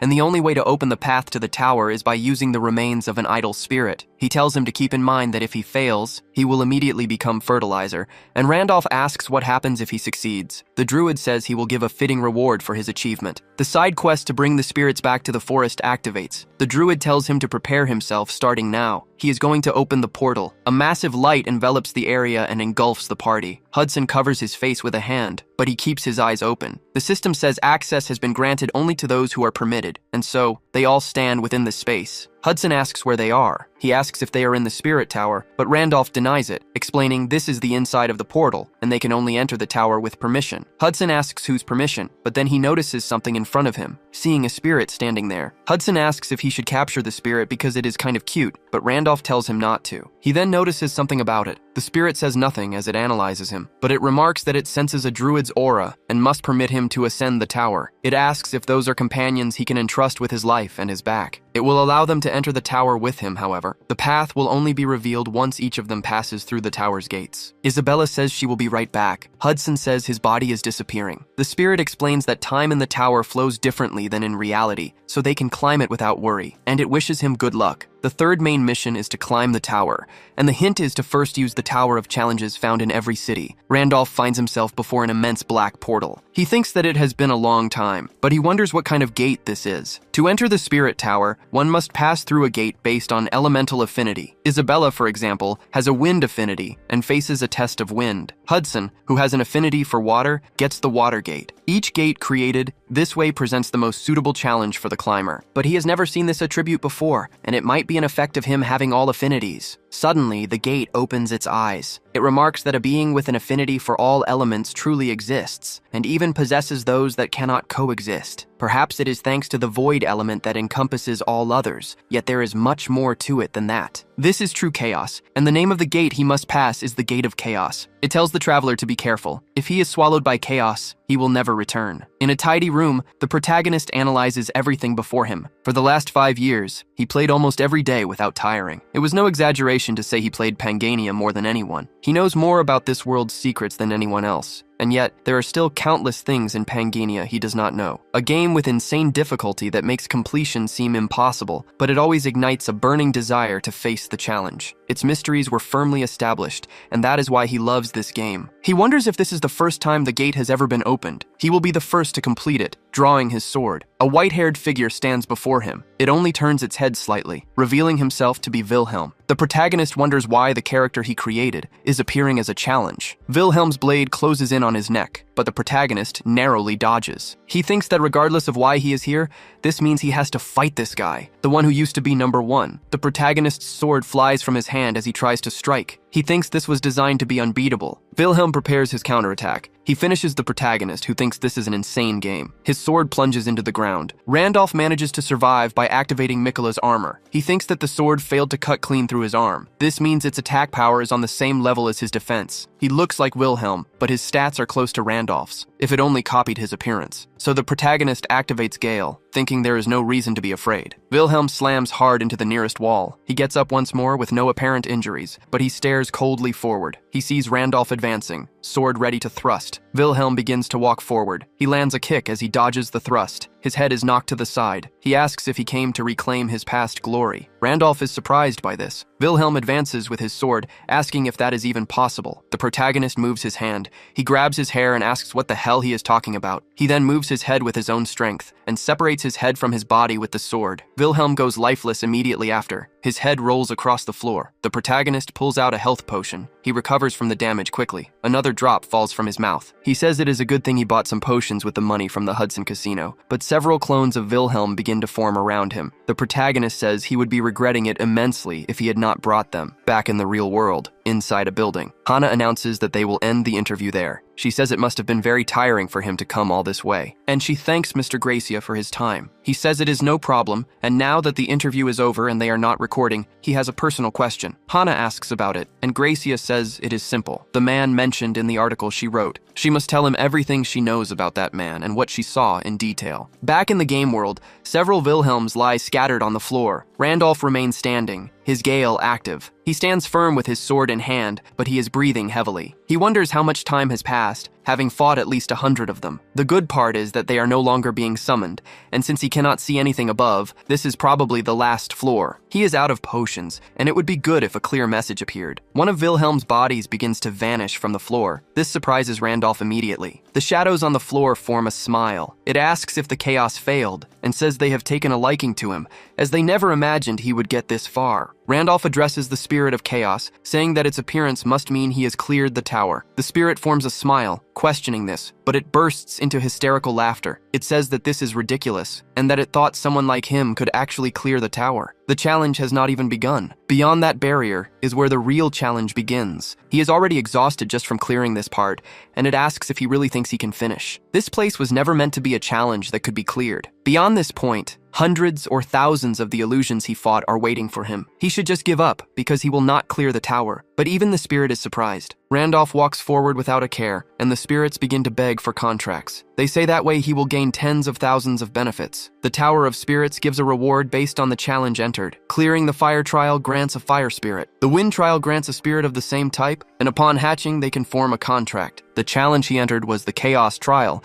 and he thought the reward for clearing it would be a Chaos Spirit Egg. Spirit eggs are rare, and this would be the first in history, so the reward must be of the highest tier, but they want a contract before he even finishes. If that is the case, then beyond this door lies a reward even better than the Chaos Egg, and so he steps inside. He says they clearly told him there were more of the things he fought on the other side. It will certainly be difficult, since he used all his potions fighting, but he has memorized their patterns to the point of nausea. Now he does not need potions or anything like them. He will dodge the patterns he learned thousands of times, and by doing so, he will clear the tower. The spirit is perplexed by this, saying it did not expect him to challenge the tower over something so ridiculous. He really is the kind of idiot they like. Back at the entrance portal of the tower, the protagonist wonders what this place is. The system completes the main quest and begins to calculate the results. The spirit says he really did manage to climb the tower, and it offers its most sincere congratulations. His friends are still alive too. The protagonist asks if that whole speech about the real challenge was a lie, and the spirit confirms it. If he had made a contract, he would have been trapped for the rest of his life. The protagonist sheathes his sword, saying they are good at lying. The spirit comments that they have always enjoyed it. However, he must have received a hint when he cleared the challenge, so that was that. In any case, he should take his well-earned reward, and it tells him to hold out his hand. The protagonist has cleared the Tower of Chaos and will now receive the rewards for this achievement. Randolph thinks that if it ends just like this with nothing hidden, then the reward must be a Chaos Spirit Egg. He obtains the egg, which begins to interfere with everything, surprising even the protagonist himself. That mass of darkness has a hidden celestial trait. Feathers then begin to envelop the egg. The system's text becomes garbled because of it, changing to show he has obtained a celestial spirit egg. Randolph looks down in surprise, wondering what that was. It is said that the unknown egg fell from the celestial realm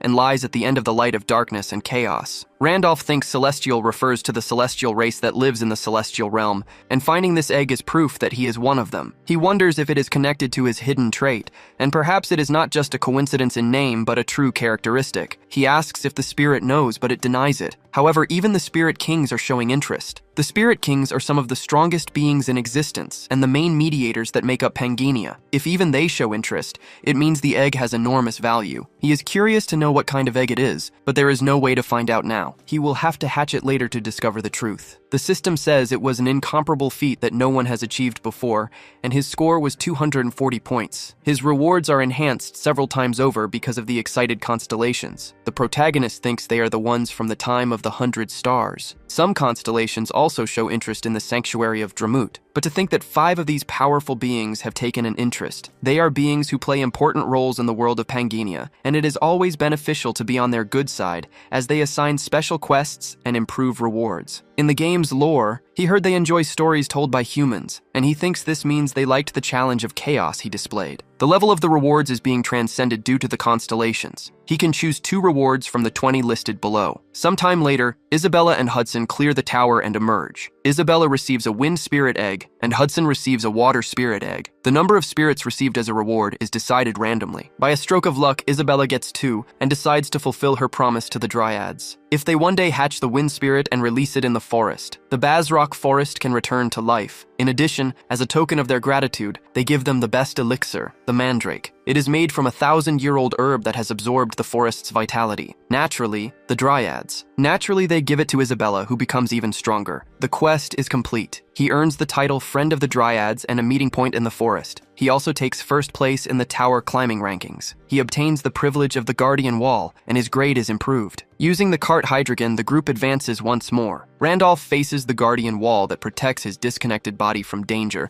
and a notification appears. The protagonist thinks it is a great relief. When he enters Pangania, it protects Park Hyun-myung in reality. When he returns to reality, it protects Randolph. Now there are 72 hours left for the broken fragment of the golden scale. Thinking about the future, the more time he has, the better. Hudson calls out to the Starbearer. He thanks him, saying he never expected to get a spirit egg. He wants to hatch it as soon as possible, since it should be able to solve his problem. Randolph replies that the path from 9 to 10 is difficult alone, but if he borrows the power of a spirit, it should be possible. He suggests they stop by a place first, and Hudson agrees, saying he will always follow him. Randolph thanks him. Now, in another city, Hudson says that the one thing he needed was in this cursed place, and he screams hysterically. Isabella is confused, and Randolph tells him to be quiet. The girl asks where they are going to make him act this way, and the protagonist says it is the territory of Marquis Visor. It is where Hudson's fiancée lives. Hudson asks why they are here, since he is not yet qualified to ask for Serengeti's hand in marriage, but Randolph says he is not telling him to do it today. They are here because he has something to ask Serengeti in person. Along the way, windows are broken. An alley is filled with beggars. On the other side, people are praying to a large stone monument in the middle of it all. Isabella says it looks like they are in the middle of a funeral. She asks if he knows any of the names, but Randolph says no, but he knows why they ended up this way. He thinks about how the 500 names engraved on the tombstone all belong to the knights who followed him on the great expedition. He never found it strange not knowing their names, and never even tried to remember. They were not important named NPCs. Even though they fought for him, it was all under the pretext that they were just part of the game. A woman falls to the ground, cursing Wilhelm and demanding he return her son. He said he would come back and that she did not need to worry. Randolph approaches her,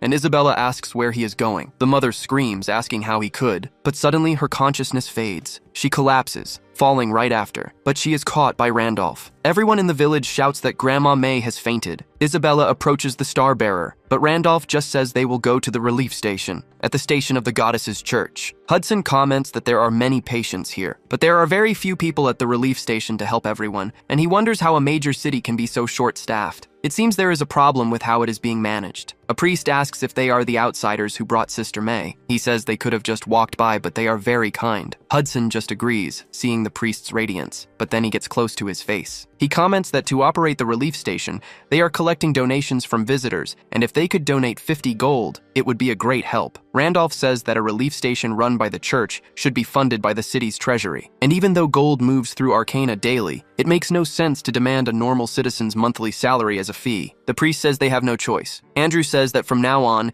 they will accept donations to operate the relief shelter. Randolph says that the priest is not that kind of person. Andrew is a high-ranking priest of the Church of the Goddesses who serves the twins Leah and Pina. He is an NPC who gives honor quests, a factor in class creation, and he is devout, wise, and upright. And that same Andrew is secretly accepting personal donations. The poorly maintained buildings he saw on the way there, the vagrants on the streets, and even this unmanaged relief post are all strange because this city is supposed to be rich. He wonders what the hell happened in this city. A table is filled with the highest quality drinks. A secretary tries to stop him, saying that his lord has drunk too much, but he throws the bottle toward the butler. He orders him to shut his mouth now. Marquis Weiser orders him to bring more alcohol. Randolph assesses the situation for a moment. He says he needs to speak with the priest in person, and the man is surprised. The man says a lot of people are waiting to be treated by the priest, but Randolph calls for Hudson, who then pulls out a bag of gold. He says it is a donation of 50,000 gold. He says he will double it if they can see him now. The man's eyes light up at the money. He shouts that he will escort the brother right away, in a room filled with books. Andrew introduces himself to the protagonists. He asks them to sit down to talk, and Randolph agrees. The priest says he heard about him making a generous donation to his relief post. Randolph says he heard they charge 50 gold for a donation, and figured a normal amount would not be enough. Andrew asks if he is disappointed to find just a greedy old man, adding that he is truly ashamed. Randolph replies that he is just curious about how a relief post in a giant city like this one has become so desperate for money. Andrew maintains his straight posture, but he says he heard Randolph brought in Sister May after she collapsed. Her only son joined the great expedition to the demonic continent and never returned. Since then, she lives with that pain. And not just her, but many people lost family and friends, since countless knights who admired Wilhelm never returned. And so the cavalry lost countless talents and consumed resources as war funds. It was a prosperous city that could have recovered. The real problem began when Serengeti, his blood relative, returned. She returned having lost both her legs, but for some reason she remains unconscious. Many priests tried to awaken her, but nothing worked. They tried every method, but nothing changed. Because of this, the city's finances hit rock bottom, and the Marquis was manipulated by swindlers, incurring enormous debts and using the territory as collateral. After that, his lordship fell into despair and was ruined. As a result, all city subsidies were cut, and now this is the only relief post. If it disappears, every patient will be abandoned. That is why they shamelessly demand donations, even from brothers like him who help Sister May, as they have no beds, supplies, or staff. Randolph says he is beginning to understand, and that Serengeti may be unconscious due to mental shock or a physical problem. Andrew says if it were something like that, they would have treated it long ago. It seems to be a curse, but it is beyond their capabilities. The protagonist repeats this in his mind, wondering how Isabella can break it with her blessing. He then thanks him and says he must go, as he has business with the Marquise, surprising the priest. Andrew asks him to please wait, explaining that his lordship has secluded himself and does not receive visitors easily. He says he cannot exactly call it a reward for the donation, but if Randolph gives him a few days, he will arrange a meeting. Randolph replies that he does not have time. He tells him not to worry about the donation, as he already got what he paid for. Just then, a voice calls out for Father Andrew. The voice shouts that her ladyship said to bring the guest who made the donation. Randolph comments that when he arrives with money, they let him in right away. He then starts to leave, but the priest asks him to wait. He says that whatever the reason, he is grateful for his help. Randolph tells him not to worry, as it was not even his money. But the priest says it is not about the donation, but about helping May. A smile spreads across Randolph's face. He says it is good to see Andrew again. The priest wonders what he means by seeing him again. At Marquis Weiser's palace, Isabella and Hudson face the guards. Meanwhile, the protagonist is at the dining table. The Marquis stares at him coldly while drinking tea. He wonders if this man donated the huge sum of 100,000 gold coins to the relief post. He does not look like he brought supplies, so maybe he is just some rich man. He apologizes for the abrupt invitation and introduces himself as Weiser, the Lord of the Garden of Knights. Randolph thinks that he has really changed a lot on the outside. Weiser was once a knight who made a name for himself across the continent with his exceptional skill. With his help, his daughter Serengeti was able to attain a star and transcend. She rose to the ranks of the strongest on the continent. Because of this, the House of Marquis Weiser established its position and maintained its power within the kingdom of Balran. And in gratitude, Weiser swore his loyalty to him. Weiser was the type to repay grudges with the sword and kindness with loyalty. But now, Randolph does not know if only his appearance has changed, or if his heart has too. The Marquis says that Randolph must already know why he was invited. The garden is facing great financial difficulties, and he would like to propose something mutually beneficial. Randolph refuses, saying he will heal Serengeti. Weiser is surprised by this, but then he bursts into hysterical laughter. He says he was mistaken, thinking he was just some rich young master. He says he has heard the rumors across the continent that if you mention the Marquise's daughter's name, he will throw money at you. He then shouts, asking how much he will have to pay to heal her. But then he slams the table hard. He says he has already been deceived by scum like him and has lost too much. He demands to know what more he has to offer to satisfy him. He says this is a waste of time and orders the guards to tear out the swindler's eyes. Randolph says he does not need money and tells him to hear him out. He says he cannot guarantee it, but there is a chance he can cure her. Weiser calls it an innovative approach and asks why he would do it, assuming he could even cure her. Randolph says it is a debt he is paying to him, and also one he is there to collect. He introduces himself as the successor to Wilhelm, the Night King he swore loyalty to. He says to take him to his daughter because he has a question for her, and in exchange, he will cure her. Weiser laughs, saying he calls himself the successor to the Night King. The continent is infested with people who call themselves successors, so he orders them to take his life and the lives of the other two outside. One of the guards advances on him with his sword. Randolph just shifts his gaze towards him, slamming the teacup on the table. He blocks the guard's strike while ordering them to prepare the location, because he is going to prove that he is the true successor of Wilhelm. Weiser watches everything that is happening from above. Two people meet in the arena. Hudson questions what is happening to cause a duel, and Isabella says he has always been unpredictable. Randolph stretches his neck, ready for the fight. Then he analyzes his opponent. He has a set of armor blessed by a high-level priest and is fully prepared for this. The soldier questions if he really is the successor to the Night King, and says if he is lying, he should confess and ask for forgiveness, as he might be spared. Randolph says it does not matter, and tells him to just keep his promise to keep his identity secret and not tell anyone who he lost to. The soldier swears on his honor as a knight that this will not happen, and he advances with a thrust, saying he wants to see the skills of the self-proclaimed successor to the Night King. Randolph dodges, thinking he is fast. The swordsman changes the trajectory of his strike, trying for a clean cut as the protagonist evades. He reflects that many high-level knights were exterminated due to the Great Expedition, but even this guy has better stats than him right now. And with this difference in equipment, he cannot underestimate him, as the knight holds his sword to prevent the draw, and so he tries a downward strike. The arc of his strike then approaches. Randolph grinds his teeth in anger, blocking the sword's hilt with his head. Everyone is surprised by this action, saying he never imagined he would stop his sword with his head. He is not a fraud, but a true lunatic, as Randolph looks at the man with a hateful expression. Weiser says his movements are decent, but they are nothing more than cheap tricks. He has seen countless idiots claiming to be successors to the Night King just to take advantage, but his swordsmanship cannot be replicated, and having seen it firsthand, he can say it surpassed human logic. Unless he shows a technique on that level, he cannot claim to be his successor. The guard parries the blows, commenting that he is different from the scoundrels he has seen and is certain he has talent. He tells him to admit his lies and join his command, promising to ask the Lord to forgive his sins, but Randolph says he is too confident for someone with the upper hand. The soldier replies that he must understand these are the Lord's orders. He adds that he does not feel good about it, but Randolph interrupts him with a high kick. He draws his sword and says he will show him his super powerful items as well, then he thrusts forward. The soldier is surprised by this. Randolph flings Michaela's sword away. He draws two extreme iron swords. Everyone wonders about the dual weapons. Hudson wonders when he got a weapon like that. The protagonist begins to pressure the guard with heavy blows. The soldier thinks the timing of his attacks has shortened and that he is trying to win with speed. However, his armor is only getting scratched. He comments that this is far too weak. A two-handed sword is slow but has high attack power, enough to cause light damage through armor, but dual swords deal little damage. Instead, he only needs to defend a few areas, but the protagonist then cuts through his sword. The soldier is left completely unable to understand what is happening. Randolph pulls Michaela's sword from the ground. The man asks if he even changed. The protagonist tells him to watch closely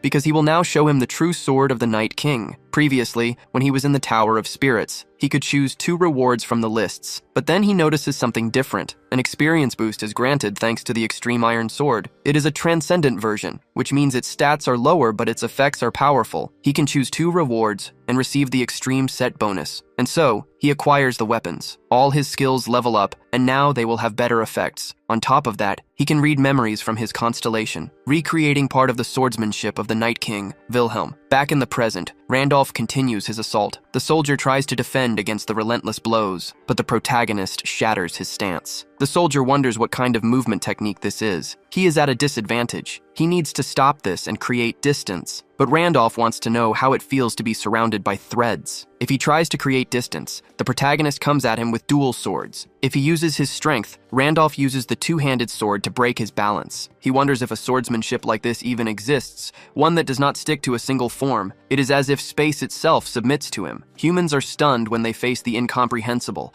entering a state where they can do nothing but watch. This applies to everyone in the training grounds, even to the knight facing him. His neck is damaged by the Sword King's secret technique. The world-destroying blow, a perfect slash. The smoke begins to dissipate. The protagonist holds his combat stance, but the soldier drops his sword. With his neck bleeding, he says that he has lost this fight against the protagonist. Randolph keeps his head down, catching his breath, but he shouts, asking if he needs to show them anything else. The secretary calls out to his lord. Weiser then addresses Lucas. He tells him to treat the man with respect as he bows, for he is the successor to Wilhelm, the venerable knight. In a white room inside the mansion, Serengeti lies resting, and the Marquis explains that she has been this way since they returned from the great expedition. He tried everything to wake her, from famous elixirs to renowned healers, but the curse is too powerful. Randolph stares at her body on the bed. He activates his great sage ability. Just as he thought, she is under the Demon King's curse. Of course, not even the Saint or the Holy Emperor could do anything, but an exorcism using stellar energy might work. Weiser says he does not doubt it, but asks if there is any way to wake her. Randolph replies that he will try just once. He brings his hand close to her head. He then bestows the blessing of the stars upon the girl. Weiser is stunned by this. All of the protagonist's stellar energy is consumed. It is not enough to break the Demon King's curse. Instead, the curse's hold is temporarily lifted. Serengeti slowly opens her eyes. She asks where she is now. Weiser grinds his teeth. He leans over the bed, asking if she is truly awake. His daughter speaks softly, and her father asks if she recognizes him. Serengeti turns toward Hudson, leaving her father confused. He demands to know who this man is. Hudson grinds his teeth before he speaks. He asks for her forgiveness for being so late, and he calls out Serengeti's name again. He thought that as long as she was alive, it would be enough, and if he became a council member, he would be recognized by the Marquise. If she had lost half her body, he would become her legs, because as long as she was alive, he would take care of her forever. Hudson believed that if he did not give up, an opportunity would appear one day. But this is nothing more than arrogance and greed. Opportunities are not eternal, and Serengeti's body continues to lose vitality as her face loses its essence. The strong arms that once swung a sword become like a dry branch. If the Starbearer had arrived just a little later, he would have never seen her again, and so, he asks for forgiveness for arriving so late. Weiser questions what he is to his daughter. Randolph says that is enough, and while he knows Hudson cannot contain his emotions, the curse has not yet been removed. The Marquis asks if he means she could fall asleep again. The protagonist says that at best, he can maintain her state for some time, but to completely break the curse, he needs another star. To remove it completely, his stellar energy must be greater. There are only two ways to level up or to find stars, and he needs to recover the 5 he lost. Because of the successor class's secret effect, which allows him to read a star's previous owner's memories, he must recover them immediately. If someone else gets them first, he may never be able to get them back. He has already recovered one, leaving only 4. He must get them quickly. He needs to ask Serengeti about when he lost his life, so he tells everyone to leave, as he has something important to discuss with her alone. In the dining hall, the Marquise and Hudson meet. Weiser asks if he means they promise to marry each other. Hudson confirms, apologizing for his late introduction. But the Marquis then takes a deep breath. He says he is grateful that Hudson came for his daughter, but from now on, he will no longer be able to see her. Hudson says he knows he is not good enough, but he will soon join the council and become worthy. He asks for a chance, but Weiser replies that it is not about that. The consequences of the great expedition were severe. Restoring the knights and Serengeti cost a great deal of money, so in the end, they were reduced to begging for help. When this happened, the one who approached him was the house of Duke Sion, whose power rivals that of the king in the Valan kingdom. Duke Sion lent them an enormous sum on the condition that they send Serengeti to him. At the time, they had no choice, as her survival was their priority. Furthermore, he believed that even if Serengeti never woke up and his family fell apart, the Duke's reputation would prevent him from abandoning a girl he had taken in. For that reason, in 1 month, she will be sent to the house of Duke Sion. It was an unavoidable decision to protect this territory and Serengeti. Therefore, Hudson should forget her as well. Later in the room, Serengeti asks who he is. Randolph introduces himself as the successor to the King of Knights and says he has come to bring news of his final moments. Serengeti says that is a lie because he has no successor. The protagonist thinks that this is to be expected from his closest ally. There is no way she would fall for such vague words. So he tells her about the day she faced a star for the first time. She was constantly worried that if she consumed a star and became a transcendent, she might stop being Serengeti. At the time, he could not understand the anxiety within her. However, he now imagines it must have been because she wanted to preserve her love for Hudson. Serengeti says that is something only the two of them know, Randolph continues, saying that for her, he gave her words of encouragement. The girl is even more surprised by this. In the past, she had only turned away, while Wilhelm pushed her and told her to shut up and just take the star. Serengeti says that he really is Wilhelm. Randolph replies that these are his circumstances and his appearance has changed, but yes, it is him. He adds that if she wants, he can tell her other things. He reflects that the memory of encouraging Serengeti was just one of 26 expressions that appear when he presses Control and a key. However, thanks to the hidden effect of the star successor class, the memory is so real to him it feels like it actually happened. Of course, the action is not his own, but one that reflects Wilhelm's personality. Serengeti says he is not the kind of man who would speak carelessly to others, so that is more than enough, and asks if he has become a sinner. Randolph confirms, and she warns him to be careful of hunters. Players who possess others while retaining memories from before losing their lives are called sinners, and the NPCs who specialize in hunting them are called hunters or reapers. Randolph says that no matter how much he thinks about it, there is something he wants to ask about his final moments. On that day, he definitely takes the Demon King's life. He is sure he drives the path of light into that bastard's core, and his body begins to disintegrate. However, in the final moment of the fight, a pressure envelops all of their bodies, and everything simply freezes in time. After that, he loses consciousness, and he loses his life just like that. So he wants Serengeti to tell him the truth behind how he lost his life that day. The Great Expedition led by Wilhelm is an unprecedented force of 200,000 elite soldiers, and their morale is at its peak, with extensive preparations based on exhaustive data, and a meticulous plan to handle every possible variable flawlessly. Everything is perfect, or rather, it is supposed to be. Serengeti is legless, looking up. She then stares at the sky. A priestess begs her to please keep going, offering her own life for a blessing. Another says it is frustrating, but this is as far as he can go, and they must press on. Or a disfigured soldier, telling them they cannot stop. Serengeti sheds tears, remembering that she must press on. She thinks that even after using so many lives as stepping stones, they cannot even come close to the Demon King. Zombies begin to rise from the ground. They march towards the army of the Great Expedition. They attack as if they know every move, and that is impossible unless there is a traitor on the demon's side. So in the end, the expedition is already crumbling from within, right from the start. She wonders if it is an impossible task after all, but the protagonist illuminates everything, declaring that it is not over yet. All the zombies are drawn to the great light. They are blown away by him an instant later. Wilhelm remarks that she looks exhausted, and that she can rest for now, because this will all be over soon. Serengeti is surprised to hear these words. The god of war, or rather the king of knights, has such an overwhelming presence. It almost makes you feel sorry for the demons. A single strike from him can alter the very terrain. A deep despair whispers that everything is over, but that man cuts through despair itself with nothing but a single sword. Wilhelm continues to stare forward coldly. He walks with Serengeti in his arms. She says he does not need to go so far, as her body has recovered quite a bit. Wilhelm tells her not to worry. He's only doing it so she can preserve her strength. Excluding the one who was injured and sent back to the entrance,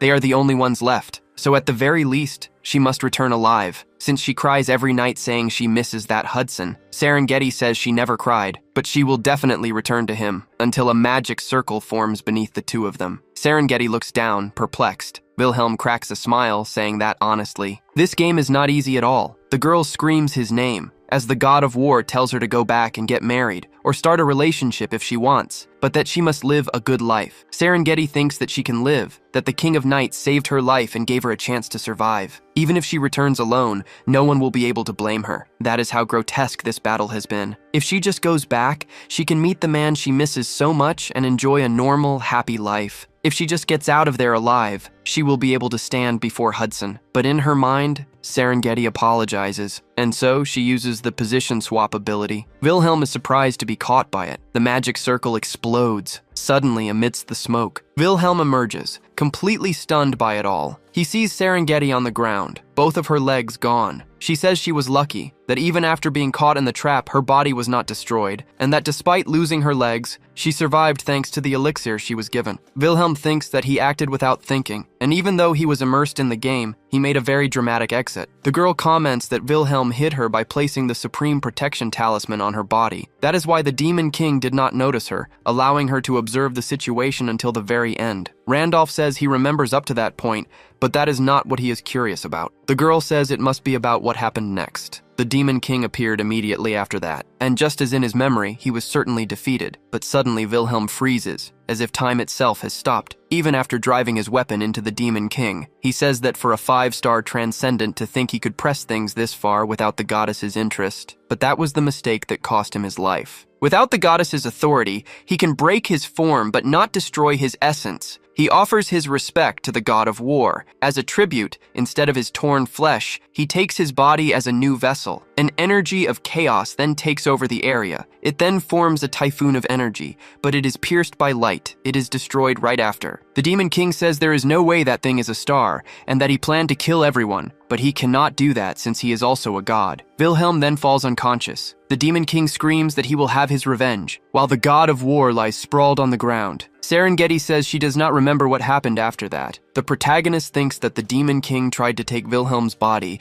and a goddess helped him. He wants to know what the hell is going on. Meanwhile, at the Kingdom Wall, the guards comment that it is boring spending time there. Another replies that all low-level soldiers will have their salaries delayed. This is because they cannot properly reallocate nights between shifts, and no one wants to stay in a rotten place. Another says that is true, and his colleague asks why the grim talk. But there are several figures in the mist. The guard then panics. He screams that they are monsters. As the creatures run toward the wall, they warn that it is a monster wave and they are under attack. A long time ago, a war between light and darkness begins in Pangania. The goddess Leah loses her life in this war, and the continent falls into deep darkness. After this, the continent is isolated, and the ends of the roads are blocked by a black void. To connect the separated lands, people eventually invest astronomical sums of money in portals. In other words, portals become an essential means of transport, but they are also unknown objects. If abandoned, they can connect to the black void and become a disaster. Back to the events from earlier. Randolph sits in the room with Serengeti. He reflects that connecting what she said means the Demon King tried to take his body, and Pina interfered. He has more questions than answers and is not sure, but if he connects everything, the reason he did not kill the Demon King was because his PC got a blue screen. However,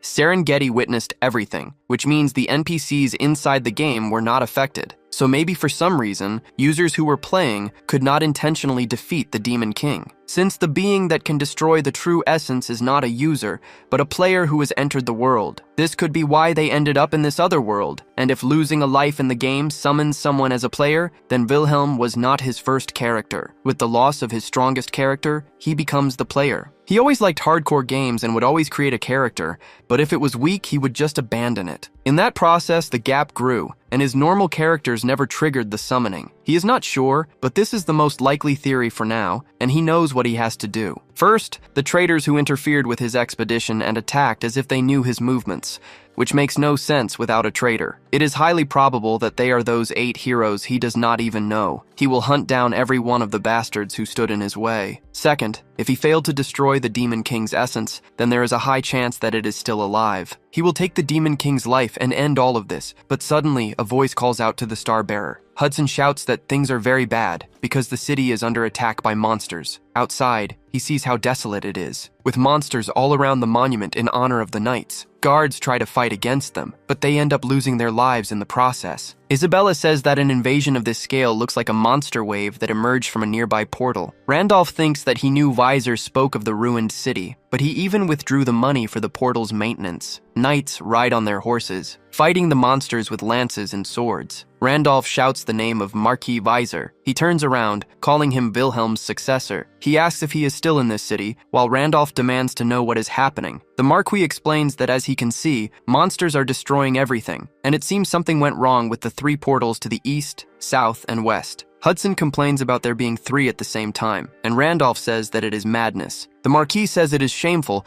but begs him to lend his strength, saying that if he fights, it will be a great help. The mission to defend the city would grant honor and a lot of experience. He says the reward will be based on the completion time and can be improved. The protagonist wonders if Weiser has gone mad. He shouts that he is begging, since with the city's current forces, it is impossible. Hudson begs for their help in Serengeti's territory, and Isabella replies that it is not something they can decide based on emotion. Randolph thinks that this is the worst possible scenario. For now, they are only normal monsters, and they are holding on. But the moment 10 minutes pass and a hybrid appears, they will be annihilated. A hybrid is something that neither he nor anyone else there can handle right now. The only way to prevent them from appearing is to destroy the 3 portals and finish the mission before 10 minutes pass. However, for that to happen, they do not have enough combat strength. The regular soldiers are busy defending the city, which means the Order of Knights and the 3 of them have to break through a large-scale monster wave. It is a long shot, but the Golden Scale shop upgrade is probably connected to synchronization, and he cannot give up. The timing is terrible and they have 0 preparation, but there is no way to complete the main quest here, so there is no need to throw his life away for something so useless. Amid the smoke of the area, Randolph thinks he cannot get carried away until he hears a scream. Civilians cry out for help from within the fire, losing their lives to mere goblins. As cruel as ever, they even strike from behind. The people run as far away as they can. Because of this, children cry. Amid a grotesque scene caused by these monsters, she pleads for someone to please help.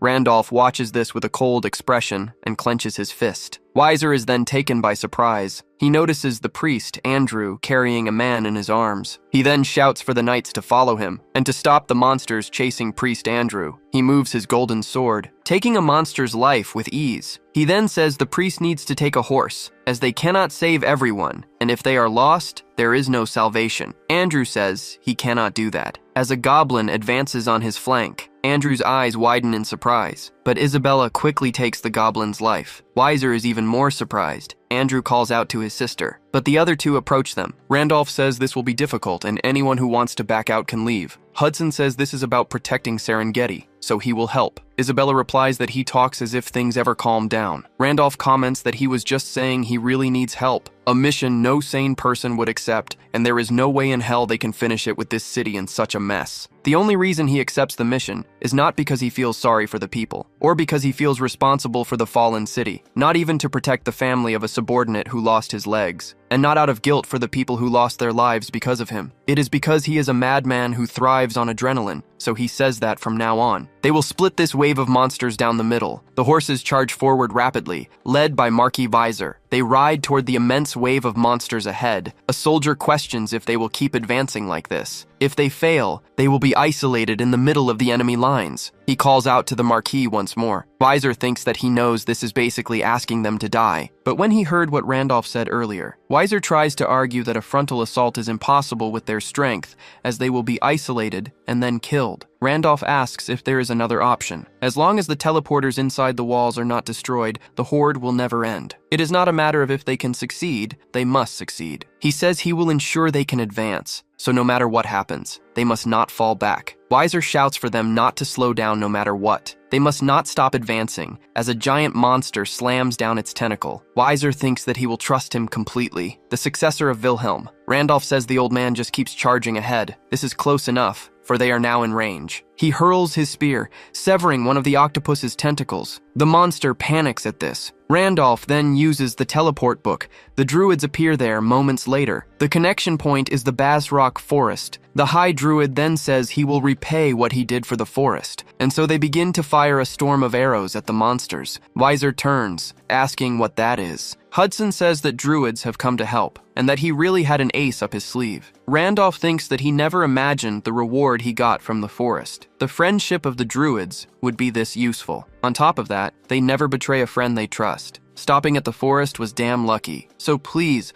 show them what it means to have a friend. Their leader holds his bow tightly. He aims an arrow, saying a monster is blocking the path and that he understands they want to push straight through. He gathers his energy, telling him not to worry and to just push forward, because he will fulfill the only request, to create a path for his friend. The arrow slices through the air along its path, approaching the octopus at an absurd speed. As soon as the arrow makes contact with it, it explodes everything around it with incredible precision. Several of the monsters lose their lives, or their limbs are sent flying. The place is completely devastated, but it clears a path for the cavalry. They press on, their teeth clenched in fear, but one of them shouts that they have made it through the newly created path. Hudson shouts that it is a success. Isabella says they just have to destroy the teleporter and it is over. Randolph thinks he cannot believe they cleared a path so easily and that this is the power of a level 9 raid boss. Weiser shouts for them to pay attention. It is too early to celebrate as the monster horde is not finished yet. He says they have about 6 minutes until the hybrid emerges, and they must destroy all 3 teleporters. They will now split into 3 units. Randolph says they will split into 2. Weiser argues they cannot leave a teleporter alone, and Randolph replies that he knows, but even if the druids keep the horde under control,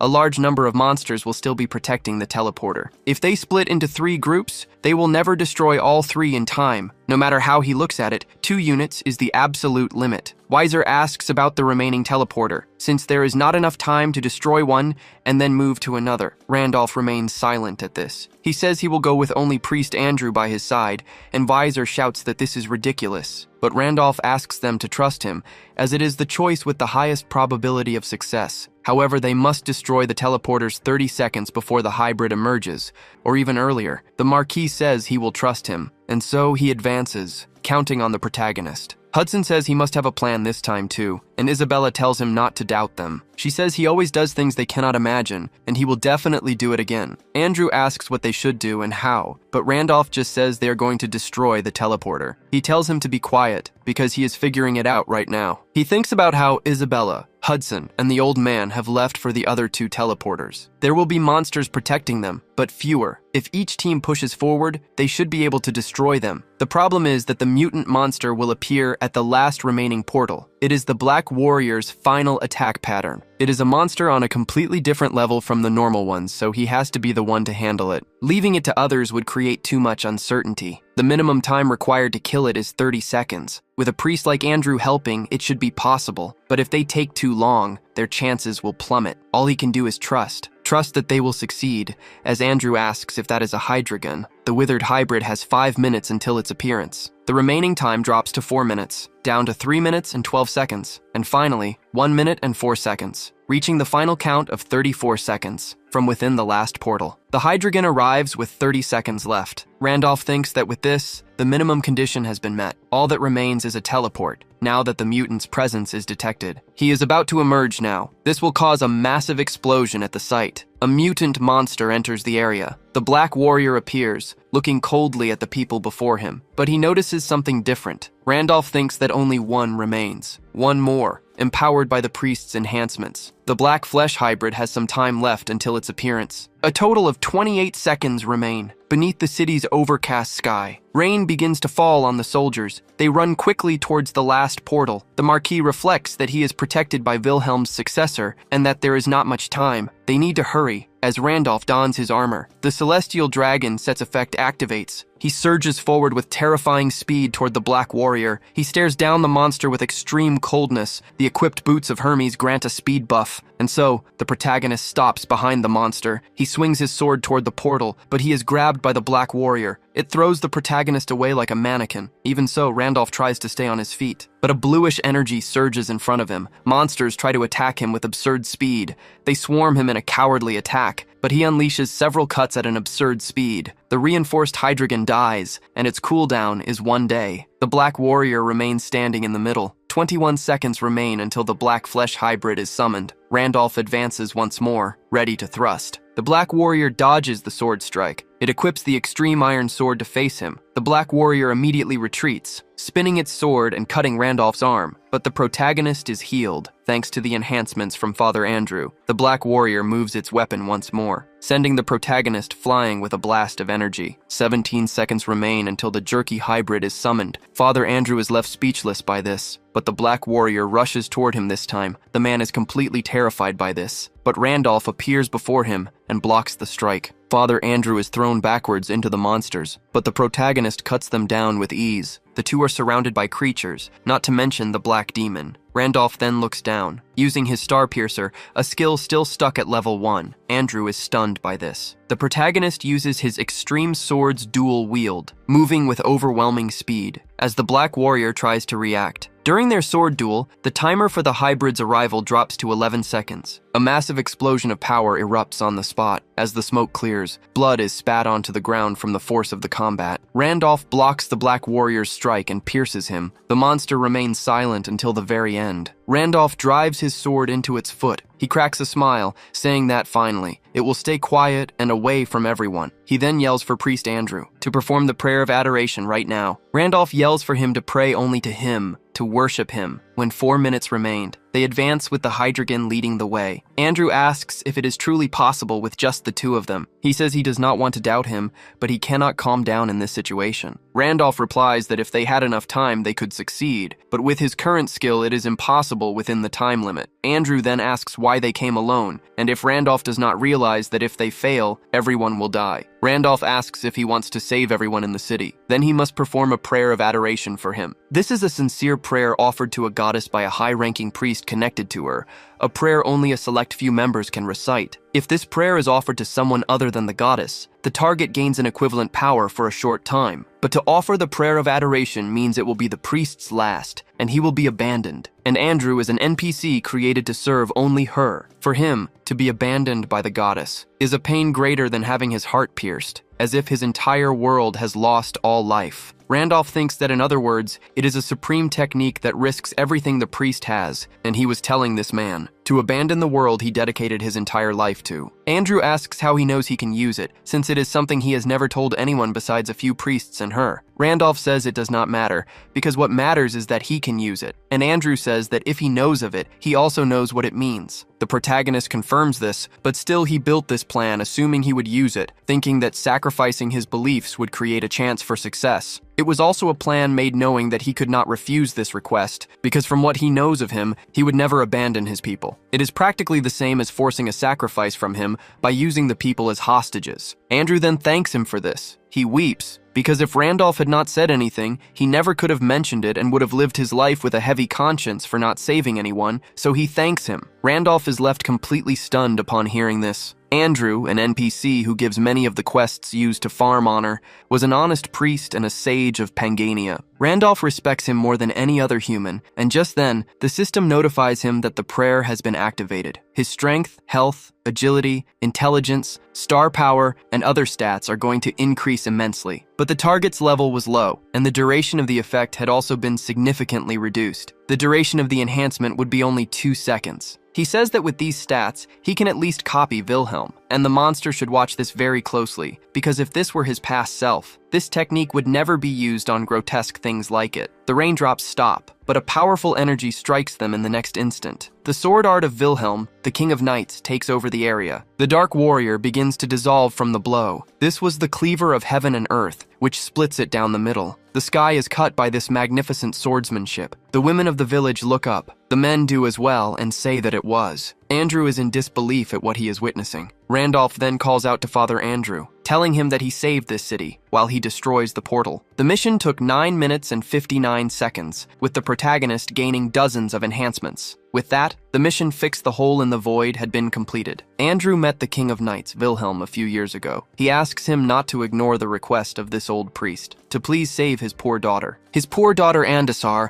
was cursed by dark magic and transformed into an eldritch. Even though she had become a monster, he still loved her and could not bear to lose her, so he hid her underground, far from the world. However, as she was consumed by demonic energy, it became difficult for him to handle her alone, and he began to seek help in secret. The most important thing was to find someone strong enough to purify Andasar alone, and who valued honor enough not to leak information. After some time passed, finally, Wilhelm then faced the man, so he orders him to lead the way. As he opens the door to the room, the girl stands in the middle of it all, with her black eyes and disfigured face. Wilhelm asks if it is her, and Andrew confirms, asking for help. The protagonist approaches, saying he understands and that he will purify her. The King of Knights, Wilhelm, is the man who saved him and his daughter. Randolph finally makes the Black Legion return to the Abyss. Andrew asks who he is and how he managed to use Wilhelm's sword techniques. Randolph replies that they can say he is his successor. Andrew thinks that he never imagined he would be helped by the disciple after being saved by the master. This is truly an incredible fate, but he starts spitting blood, collapsing. Randolph runs toward the priest, Andrew, asking if he is all right.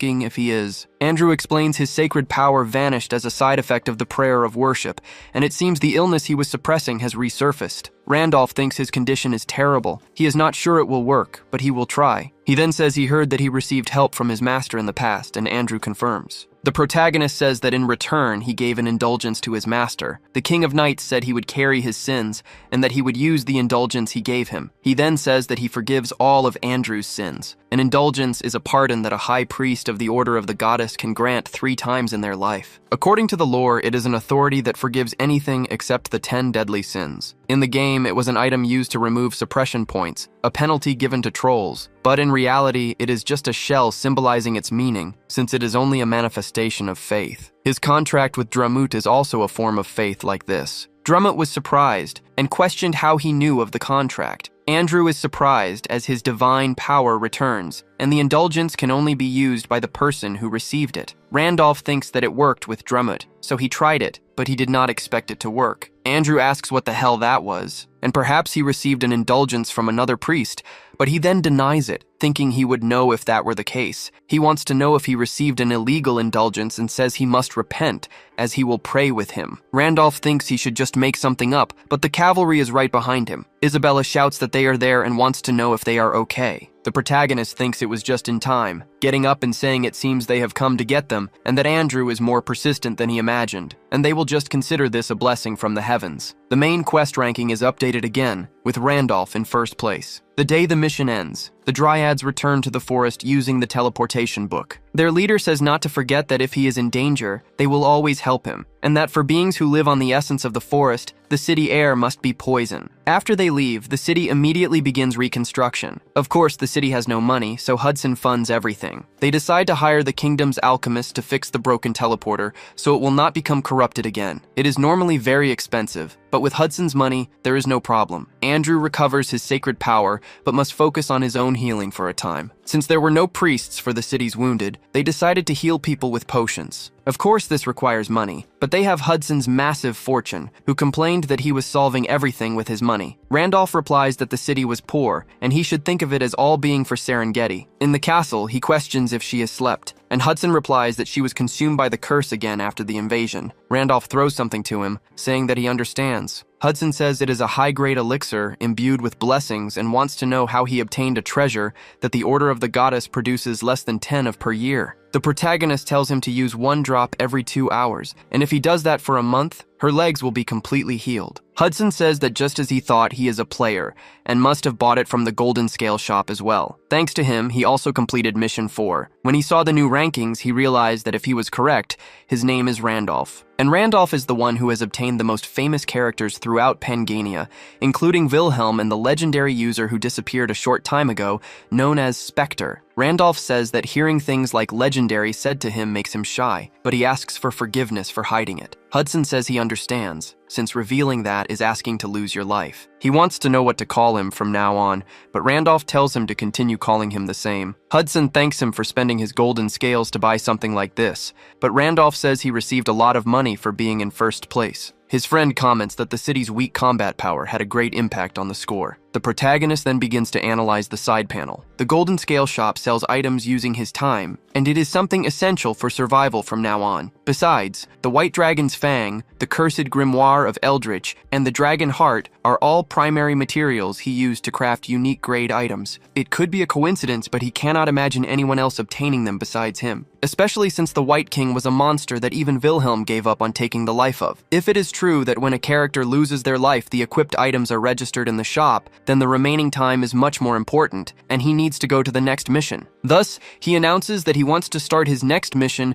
and that Hudson must take care of Serengeti, but he says there is a problem. It seems that Marquis Weiser, in exchange for money, promised to send her to the duchy soon. Furthermore, Maxim is one of the 8 heroes who is lending his strength, and there is no way to stop them now. Randolph thinks that he was someone he hired during the Great Expedition, and also the piece of shit who fled in the swamp near the entrance. He was planning to face those bastards known as the 8 Great Heroes eventually anyway, and it seems he will meet one of them sooner than he expected. So he tells him to just buy time until he returns, because if he asks Weiser in some way, he will manage it. He will return as quickly as possible, and they must not hand Serengeti over to the duchy. The protagonist says that Hudson may not know how to fight, but he is someone she can trust. This means she trusts him a great deal, and was counting on Hudson as well. The young man is surprised by this. His mouth remains motionless, but he simply wishes him a good journey. As the next day arrives, Randolph says he did not have to do that, but he was given some good clothes. He thanks him for them, while Weiser says it was a humble gift so he does not need to worry and he wishes him a good journey. Randolph says that regarding the reward, he should speak with Hudson, and he will take care of it. Thus, they proceed to the monument in the center of the city. Randolph looks at the list full of names there because of him, reading James, Noah, Lucas, Jacob, and Zion, heroes who fought more bravely than anyone else. May they now rest in eternal peace. It was too late, but he wants to express his sincere gratitude to all of them. 500 knights reach eternal rest, and the protagonist begins to gain various rewards. Back in the kingdom, a knight asks which reward he mentioned, and the Marquis says he will provide monetary compensation to the families of the knights lost in the Great Expedition.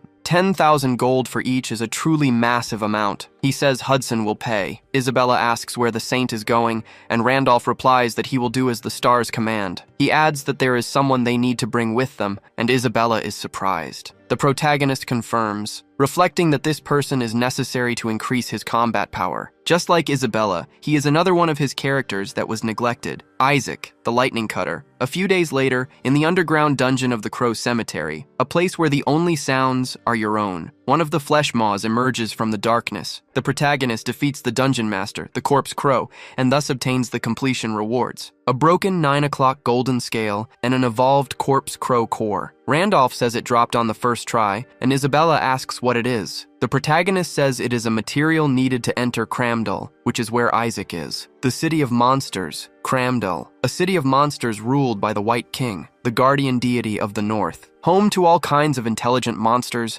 mythical species, and even unknown entities, it is known as an invincible fortress that neither the demon realm nor the rulers of the abyss dare to covet. Normally, no human could set foot there, but the hidden trait gluttony manifests itself. If the protagonist uses the corpse crow's core, it will be a different story. The devouring is complete, and the evolution trait has begun. The powerful miasma from the corpse crow's core is crushed by the giant's resistance and the monarch's heart. The mastery of the evolved trait increases due to the Lord of Wounds, and so the process is completed. The gluttony trait has evolved into King of the Corpse Crows, and when using Corpse Crow Summon, the number of summons varies depending on the amount of sacred power possessed. Randolph thinks he never imagined he could transform so perfectly, and it is far more flawless than a shapeshifter's mimicry. He wonders if this core is the source of the disguise, and it seems the mimicry will be undone if it breaks. The girl asks what happened to his appearance, and Randolph replies that it is the mimicry of a corpse crow. With this appearance, he should be able to enter Cramdell without any problems, and he makes a cawing sound. Isabella asks why he did that, and Randolph does it again, wondering if it is a side effect. The girl replies that he is more committed than she thought, and she is impressed, but Randolph tells her to be quiet and put this on. It is Michella's set. Equipping it grants the wings of a celestial dragon. However,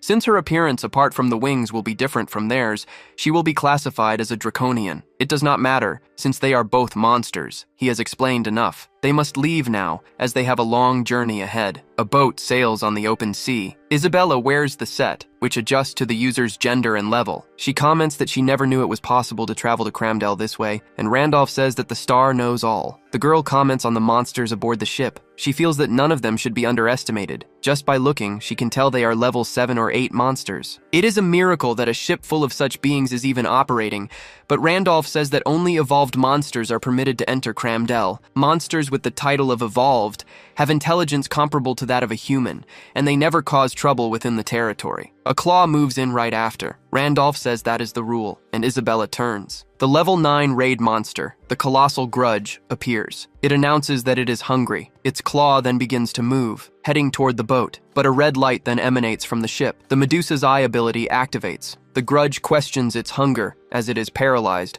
but it releases the boat an instant later. Isabella questions how a level 9 monster is defeated in a single blow, and Randolph explains it is the ability of Medusa, one of the 4 pillars. No one is permitted to cause disturbances in the territory, and anyone who breaks this rule loses their life, and that is the rule here. That is why, unlike that low-intelligence monster from just now, the evolved never break the rules. A hooded figure apologizes to the passengers, saying an impurity infiltrated Cramdell's territory laboratory. He says there is nothing to worry about, so they should please remain calm. They will arrive in Cramdell shortly, so they should please forget the recent unpleasant incident. They hope everyone has a peaceful day from this point forward. Randolph calls to Isabella and says the place they are going is an invincible fortress ruled by monsters, and if their identities are discovered, their lives will be at risk. She must not let her guard down, not even for a second. As an archway comes into view, they are finally in the city of Cramdell. A monster calls out that for the purification of body and mind, they should come to the Compassion Hot Springs, now at half price. She says they need to purify their unstable bodies and promises to serve them with kindness. Isabella says this is very different from what she expected. Randolph wonders what the hell happened. When he was here as Wilhelm just a year ago, it was a desolate place with no hot springs where not even a blade of grass grew. He wants to know what exactly they did here. Isabella asks if she can ask him a question. She wants to know what kind of person this Isaac is, the one they came so far to find. Isaac the Lightning Cutter is a wanted criminal who committed countless crimes across the continent. At a minimum, he robbed nobles or priests from the Order of the Goddess. At worst, he acted as a mercenary in war-torn cities, plundering the supply routes of his own allies. And beyond that, he assassinated key figures in entire cities, froze teleportation gates to unleash monster waves, and was the main culprit behind the annihilation of the mining city. Randolph says that in short, he is the most dangerous man in the history of Pangenia, and Isabella comments that he seems quite proud of it. In any case, she now understands that he is someone who does not even act human. Randolph thinks that if he had to make an excuse for his actions back then, it was because he was worried about the declining number of players, and it was a form of protest. Of course, that was because he did not know Pangenia was abnormal. He responds that Isaac will be a great addition to their forces,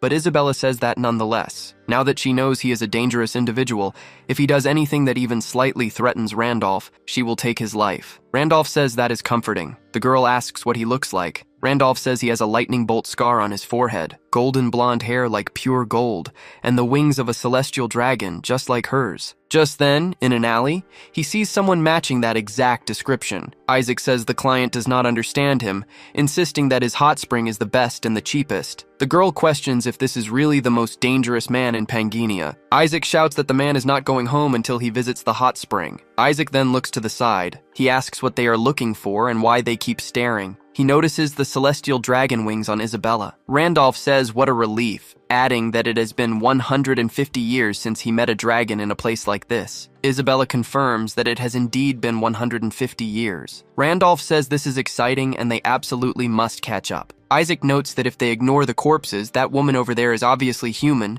but her mouth is covered. The eye of Medusa is watching them. Randolph says they had better be careful, and that they will talk for a bit now, in one of the city's alleys. Isaac asks how this bastard knows his name, and Randolph tells him the eyes of Medusa are watching, so it is best not to say anything unnecessary. He tells him not to act tough, because he knows they are in the same boat. Just by having celestial dragon wings, the monsters recognize her as one of their own, but she cannot fool Isaac's eyes. He entered this place using the same method she did, but unlike Isabella, there is a reason his equipment is hidden, while only his wings are visible. He used an equipment invisibility potion to hide his appearance, but it does not matter, since he can clearly see all the equipment Isaac is wearing with his own eyes. He then whispers that no matter how much he hides the Michela set, he cannot fool his eyes, and that he must choose whether to let this go or die like a dog. Isaac pretends to be a half-dragon of his caliber, surprised to see one of his own kind after so long, and feigns an introduction. Randolph suggests they go somewhere else for a proper talk, and Isaac asks where. He then notices something on the ground. He says that a hot spring sounds perfect. At the hot spring, Isaac tells the old man that he brought some customers. He adds that he needs to get 2 rooms for them since they are from out of town and have nowhere else to go. The evolved goblin says he told him not to treat customers this way,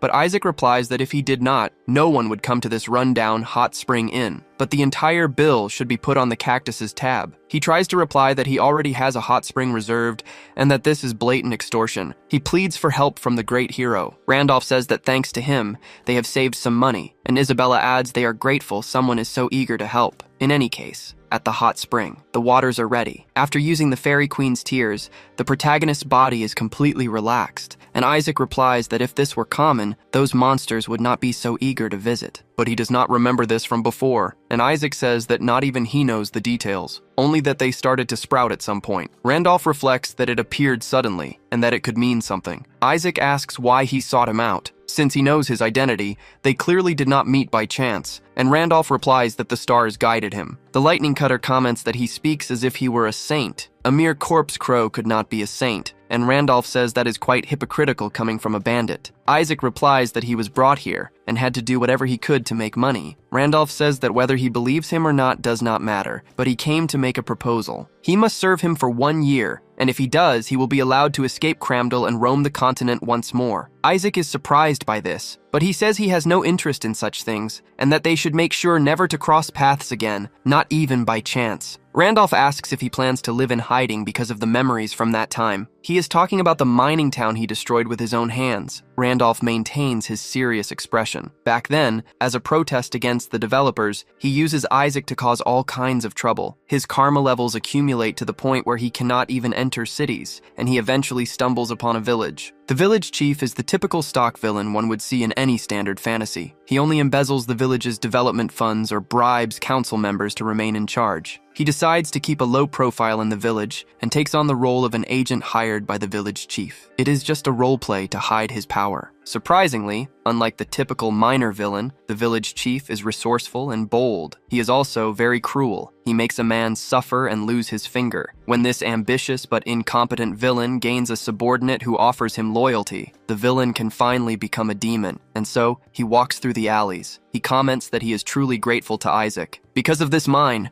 a mere village chief has become the head of a mining town, and it will bring him riches he could not spend in a lifetime. Isaac says that with this mine they can go even higher, and thinks that it is time to plunder this place and leave. The village chief says it will not take long, and that he must complete his village. Workers are in precarious conditions, unable to even stop. Isaac asks who these people are, and the village chief asks what he is talking about. He says they obviously gathered everyone from the neighboring towns. Because of that, they had to spend a fortune on the royal guard, but it was a necessary expense since they will earn a huge amount of money. He sees a child with a sack on his back. The boy spits on the ground, with no will to live. The village chief stops in front of him. He crouches down to the boy's level. He asks if the boy has caught a cold, and the boy says yes. He has been feeling unwell since yesterday. The village chief says it would be a disaster if he spread the cold to the others, and that he should go rest now. He adds that if only the boy were not infected with filthy pathogens, he could have squeezed more use out of him, and so he takes the boy's life, saying it is truly a shame, but they can just breed more brats. Isaac is stunned, realizing something has gone terribly wrong. The village chief says they can even buy a kingdom thanks to Isaac. Everything has spiraled out of control, and Isaac needs to put things back the way they were. Randolph continues that after that, he took the village chief's life and tried to change the city, but it was useless as it was completely rotten, and villains appeared without end. That is why he unleashed a monster wave to obliterate the city. In the process, many people were swept away and lost their lives. He says the city was destined to fall even without him, so Isaac should stop blaming himself. In response, Isaac tells him to stop pretending he knows everything. Randolph says that if he is staying out of guilt, he is mistaken. Isaac turns, demanding to know who he thinks he is. Randolph replies that he will take the Demon King's life, and if Isaac wants to redeem himself, he should choose a path that truly helps the world. To do that, he is gathering trustworthy companions who will never betray him. Isaac asks how he can be considered trustworthy. Randolph replies that he trusts him completely, because he knows more about him than he can imagine. The lightning cutter says he does not understand a single thing he is saying. He brushes it aside, wanting to know how a mere king of crows could do such a thing. Randolph says they will make a bet instead of a proposal. This place is a city where superiority is determined by one's status, and he will prove to him in the way of monsters that he is no ordinary crow. Isaac asks what he means. Randolph answers that he is talking about the Tower of Mysteries in Cramdal. He means he will obtain a mystery from there to prove his status. The main mission orders him to obtain a special mystery. A mystery is an effect. In game terms, it is the lights or colors that shine around a character, and in Pangania these traits are called mysteries. While some rare mysteries have special functions or serve as secondary aids for certain skills, they have no real power, except for the mysteries of a guild master or a ruler. In short, they are for decoration. But for monsters, they have have another meaning. They symbolize the qualifications of their species, like a lion's mane. Because of this, the higher the grade of the mystery, the higher the monster's status. It can even reach the level of a raid boss monster. Of course, obtaining a good mystery does not mean one's innate abilities become stronger. However, strong monsters usually possess good mysteries. And one of the places to obtain high-level mysteries is the Tower of Mysteries in Cramdal. To prove their status there, countless monsters risk their lives to climb it, and the closer one gets to the top, the higher the grade. Isaac asks if he intends to prove his worth in the Tower of Mysteries. He says that if a mere crow like him tries, he will not last 30 minutes before being torn to pieces. Randolph replies that it would be a shame if that happened. Isaac says that is fine, and he should do as he wishes. The Tower of Mysteries opens in 2 days, and he must prove his status. If he succeeds, Isaac will be his comrade, or even his slave. 2 days later, at the Tower of Mysteries, many monsters then make their way there. Isabella says there are more participants than she expected, and Randolph says that more than half are spectators. He asks if she is sure it is okay not to challenge the tower. Isabella says she already has one. She asks if he wants her to show him. She then releases her aura. Randolph wonders why Isabella has the scale of Jormungandr. He wants to know where she got it. She replies that she had a dream where a giant snake coiled around her, and she gained this mystery afterward, but it has no ability. Randolph wonders if she fulfilled some specific condition while he was neglecting her. The scale of Jormungandr is one of the 32 stars, and it grants the right to find the star that no one has yet discovered. The Desert Queen must have recognized the mystery Isabella possessed. That is why she kept her close, placing her on the throne as a princess. If that is the case, the Queen will never give up on Isabella. This terrible connection with the Desert Queen may not be over yet. The girl asks what that was, and Randolph says it was nothing. He reflects that for now he must focus on the current task, and a small mouse shouts that the doors will open soon and all participants must finish their preparations now. Those who are ready must gather near the road, and Randolph comments on this. Isabella says she will be waiting for him. Several monsters walk to the front of the area and stop, staring at the small mouse. Randolph quickly scans everyone there. He notices a pureblood on one side, a leviathan that has reached adulthood, and even a minotaur king. They are all calamity-class monsters here. Today might be a special day. This should not be common. The small mouse says there are many formidable challengers this time, and that the seats for the 5 pillars, Cramdal's new supports, are still vacant. The appearance of someone with the status of a new pillar is something even the White King is eager to see, and Randolph thinks that must be the reason. The 4 pillars of Cramdal,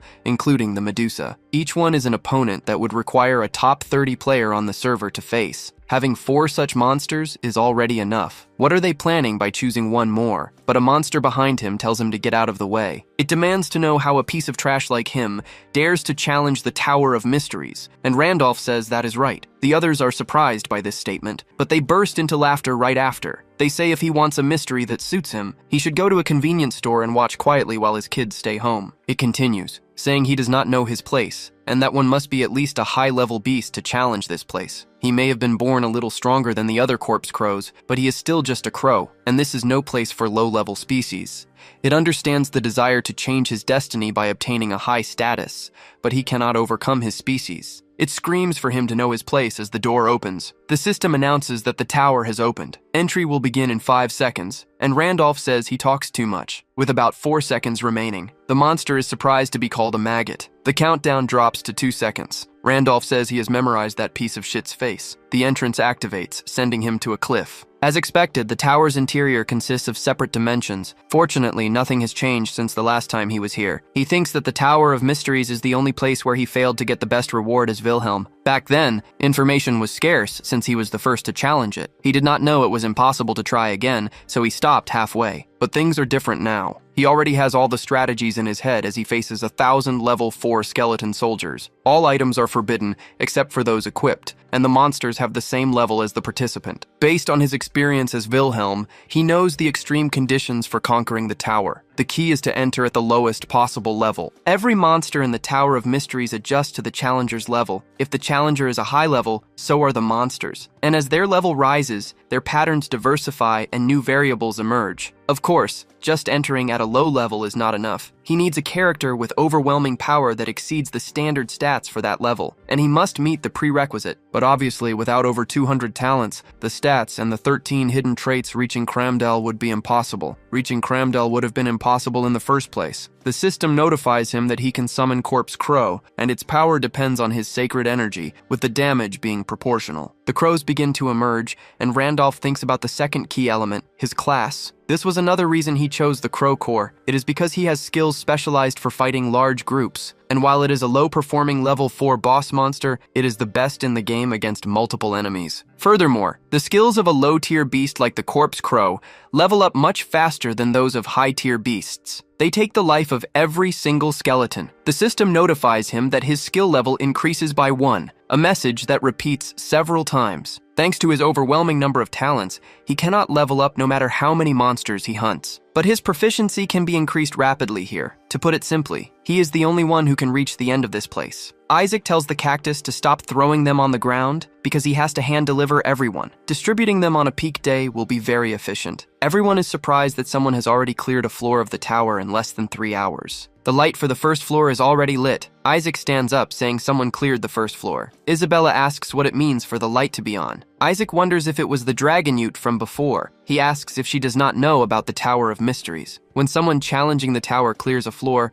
a light turns on, allowing them to track the progress. Everyone seems surprised. Monsters have cleared it before since the completion rate is about 30%, but it is impressive to do it in a time faster than the White King. Isabella says the saint did something incredible again. Isaac asks why she is so sure, since no one knows who cleared it until they come out. Isabella asks if he did not just say this has never happened before, then it cannot be anyone but him. She says she will tell him now, since they might work together in the future, and that he must remember this. If the impossible becomes possible, it is only by the will of the saint. On one of the floors of the tower, a minotaur rests in his chamber, meditating. This is one of the 4 great warriors, Gungi. A monster reports that the tower's light is on. Gungi comments that it was fast. He hopes that this time, a being worthy of the 5 great warriors appears, because he does not want to suffer the same humiliation again. 2 years ago, the 4 great warriors were completely defeated by a single human named Wilhelm. That human did not take his life. He must have done it to use them as bait to lure the White King. No matter how much time passes, that humiliation will not be forgotten. He is to be notified when the second floor lights up, as he will go himself for anyone strong enough to reach that floor or beyond, even if they are not on the level of the 5 warriors. The problem is that the lights are already on up to the 4th floor. Gungi is even more surprised by this feat. He asks if the challenger is already on the same floor as the White King in such a short time. He then makes a decision. He sends word for all 4 great warriors to gather at the Tower of Arcana immediately. Back in the tower, Randolph walks on. The crows follow him toward a body. The summoning skill reaches its maximum level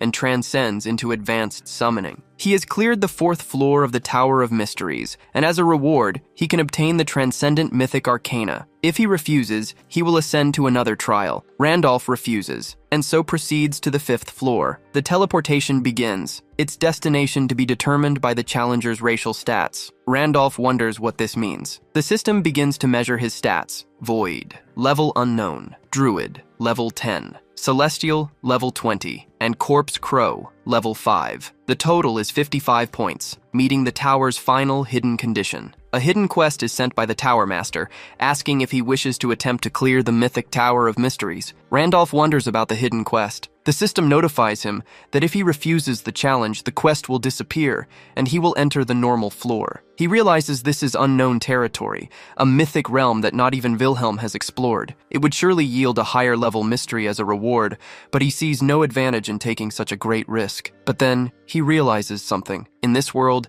he is the only one to have discovered this. He wonders how many players could ever refuse an unprecedented adventure that only they could challenge. Faced with this, there is no reason to hesitate. So, he accepts the challenge. He comes face to face with 3 immense skulls. The hidden monster, the awakened skeleton soldier, appears. The monsters here acquire the challenger's racial attributes, taking on his druid and giant traits. Randolph realizes they acquire the attributes he possesses, and he has no idea what kind of monster this is. But the awakened skeleton soldier begins to use the druid's arrow of light spirit. The protagonist is even more surprised by this. He begins to dodge the consecutive blows. He plants his foot on a piece of stone. Hands immediately close in on him. The awakened giant skeleton uses Giant's Grasp. Randolph is almost caught, but he uses his wings to evade the hands. Still in the air, he looks down. He realizes that acquiring racial attributes means they can use that race's skills. Even for a hidden quest, the difficulty has spiked too high. And so, Randolph draws his sword. All the constellations of the 100 stars begin to show interest. and so they begin to watch him. Randolph faces the monster's arrows of light. He comments that he never thought he would be watched by all the temple's constellations at once, and that they are either too curious about the hidden mission, or they came to have fun watching him suffer. Then an explosion erupts,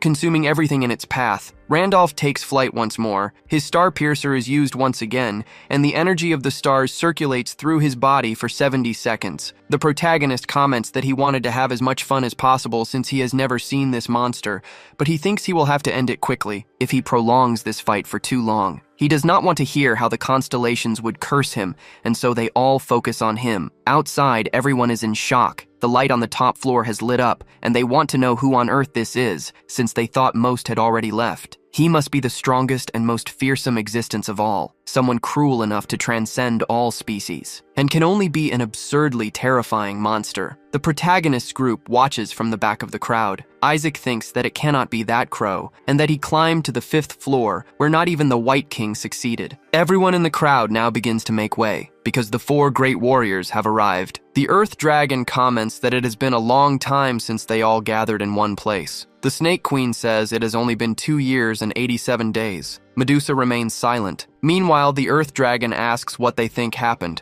and Gungi says he is not sure either. But there is a monster challenging the final floor that not even the White King could reach. He does not believe anything in this world is stronger than the White King or Wilhelm, but perhaps someone who rivals them both has appeared. Then the absolute rules of Cramdal could become irrelevant. With that, they will have to welcome this being, whether as an ally or an enemy. Suddenly, a pressure hits everyone there. A voice asks if they were waiting for him, the one who will be the new great warrior. The 2 are surprised by this. The 4 say it is not this guy, while the snake begins to gloat. Gungi asks if there is still a species of monster that has not come out. Suddenly, a foot is placed outside. The snake says her Mist Dragon Arcana was worthy, but Randolph calls her a worm. He then turns around, and the protagonist tells her to get out of his way, because he is going to count to 3. He finishes the count as he touches her. The Mist Dragon Arcana is destroyed. That worm asks what that was. Gungi is also surprised by this feat. Randolph says he will definitely remember him, and that his Arcana is Eternal Randolph, which surpasses all specifications and grants various advantages. It can also destroy lower-level mysteries, limited to 1 per target. The results of the main mission begin to calculate, with the constellations granting enhancements. The protagonist finally levels up. A waterfall continues to flow. A man sits on a giant rock. He comments that he smells an interesting scent, an aroma he has never encountered before. The White King says this is very interesting. He clears the 5th floor of the Tower of Mysteries. The indomitable challenger's choice is admirable, and he has earned the achievement of a challenger who became a myth. More skeletons then rise from the ground. His fame increases by 500, and the tower promises his challenge will be recorded for all eternity. All the constellations doubt his feat and face the supreme mystery with trembling. He acquires a scale fragment with 300 hours and can choose 1 reward from 100 options. Randolph thinks they have been replaced, and there is no way to know which ones are real. More importantly, the ability to destroy an opponent's mystery is insane, and it even added a hidden trait, an arcana with no color, no scent, and no form. He cannot see it, but he can definitely feel it. He clenches his fist, thinking that for now he will head outside. The worm screams, demanding to know what happened to his arcana. This cannot be happening. His status was denied by a mere crow. He turns to stone just as he tries to say he will take his life. Randolph looks at him without reacting. He thinks that someone here actually has a brain, and so the Medusa's eyes ability activates. She warns that disturbances within Cramdal are not tolerated under any circumstances. Gungi adds that this is the law of the land decreed by the White King, and to defy it is to become his enemy. He asks if the protagonist is a friend or an enemy. Randolph replies that it depends on how he acts. Gungi thinks it is arrogant to speak to him like that, but he possesses a status that cannot be ignored. He then says he has no intention of becoming his enemy and wishes to inform the White King of the emergence of a high-level peer. Randolph confirms, saying he will gladly accept the invitation, but he has one condition, that his companions come with him at the White King's castle. The 4 warriors walk alongside the main trio. Isaac asks how he let himself get dragged into this, and Randolph asks if he is going back on his word. He had said he would be his slave if he proved his status, and Randolph says it is only fair that he walk this path with him. Isabella asks if he really needs to meet the White King in person. Randolph says he has no reason to refuse the invitation, and there is something he wants from him. Gungi then places his hand on the door. He opens it and announces that they have arrived. These are the White King's chambers. Randolph steps forward. As the 4 great warriors salute the White King, He remains atop the stone. He asks if this is the crow who reached the top of the tower, noting he seems fragile yet interesting. Randolph asks if he is the White King, and remarks that he is quite rude for a first meeting. Isaac thinks this is madness. Gungi does not know how to react. The White King repeats the word manners, and asks if he should really care about such things. Randolph thinks he is without a doubt a final boss, and that without his hidden traits, the pressure would have already stopped his heart. Monsters in Pangania can level up like players, gaining experience by taking lives, but the difference is that they have no limit. Leveling up is not easy since they are always risking their lives, but theoretically, they can level up indefinitely if they survive. A level 11 monster is equivalent to a 1-star transcendent player, and a level 12 is as powerful as a 2-star. And the White King standing before him now emanates a pressure that terrifies everyone in the room. That aura rushes towards the protagonist. It makes even the surrounding sea tremble. The giant's anti-demon energy activates, as does the heart of the Iron Monarch. This protects the protagonist from harm. The Tiger King is level 15, and with Wilhelm and the Demon King gone, he is the absolute ruler of this world. He needs to be careful since a single breath from the king could tear him to pieces right now. He swallows hard nonetheless. He says it is basic etiquette to show respect to a guest. Isaac notices that he has not backed down one bit in the face of the White King's aura. The bull thinks he knew the man was not ordinary, but he never imagined he would not hesitate under such immense pressure. Perhaps he is as powerful as the White King. The tiger breaks into a smile. He then bursts into laughter. He comments that Randolph is a strange fellow, and that he understands why the 4 great warriors brought him here. Randolph thinks that it worked. The White King he knows never pays attention to anything that does not interest him, is possessive of what is his, and is a fierce spirit driven by pure instinct. In the past, the tiger said that at this rate, nothing would be left of Cramdell. He said it was a shame, but they had to stop the fight there, as it would be a problem if his home were destroyed. Wilhelm replies that this is not his home, and the White King answers that he truly has no sense of etiquette. He then lets out a laugh. He throws his tooth, telling him to consider it a reward for not taking his warriors' lives, adding that he gives everything to those he likes. In other words, one must first pique his interest to speak with him, and the Tiger King asks for the protagonist's name. Randolph thinks that being called strange by him is the highest compliment, and it seems he has piqued his interest, so he replies that his name is Randolph. The Tiger King thinks that he cannot see his form, but he can sense the mystery. He looked into the eyes of the Medusa, and perhaps the Tower of Mysteries granted him the authority to utterly destroy mysteries. His own mystery trembles before Randolph's, and that is the indicator of a species' rank. For him to have obtained such an unknown one means his rank is superior. This does not always mean more power, but if he completed the mythical trial, he is no ordinary being. That is why he does not know if he can contain his desire to fight. Randolph thinks the king is losing control. He comments that if they fight, Cramdell will be wiped off the map, and he should not make a rash decision. The Tiger King says he is right, and that he cannot destroy his own land. He then asks if Randolph cleared the Tower of Mysteries, and Randolph says it was nothing special. The Tiger King asks what the trial on the hidden floor was. The protagonist asks if the information is free. There is something he is looking for, and he wants the king's cooperation as the ruler of Cramdell. The White King says that is a trivial matter. If there is something he wishes to find, he should go ahead,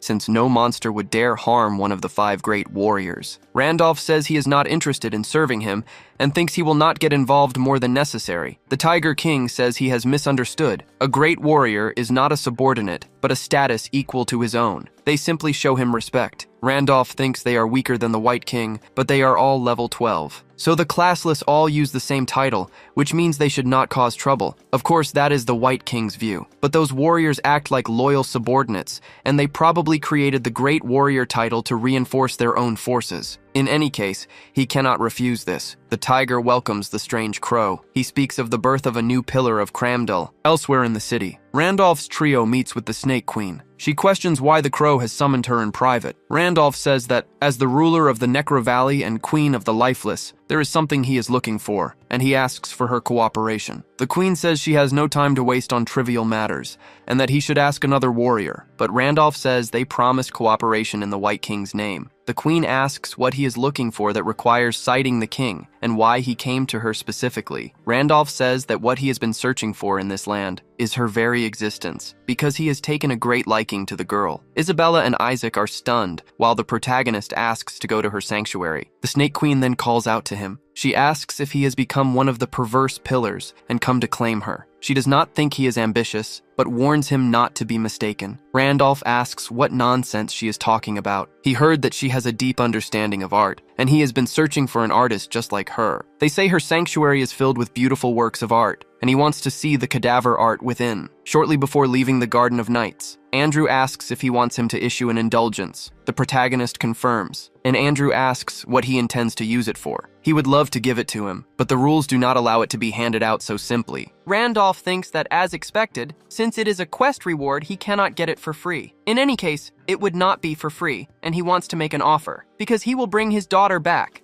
in the days when he played Pangania as Wilhelm. Andrew had asked him to purify his daughter Andasar, who had turned into an eldritch. The purification succeeded, but she failed to regain her human body and died moments later. Shortly after, her corpse was stolen, taking her from Andrew yet again. Later, upon arriving in Cramdell in Wilhelm's body, he discovered the Serpent Queen had taken it. Randolph says he knows where her body is and takes responsibility for bringing it back. Of course, he needs to recover one indulgence and will need another to retrieve Andasar, one for her recovery and the other as his reward. Back in the present, Randolph says he wants to see her works of art, and the Serpent Queen trembles. She says she gladly invites him, adding that she had no idea he was interested in art. On the outskirts of the city of Cramdell, in the Serpent Queen's castle, she tells him to make himself at home, saying there is no need for thanks since a monster who understands art is always welcome. Isaac comments that first, it was the White King's sanctuary, and now the Serpent Queen's. He is going through everything he never wanted in a single day,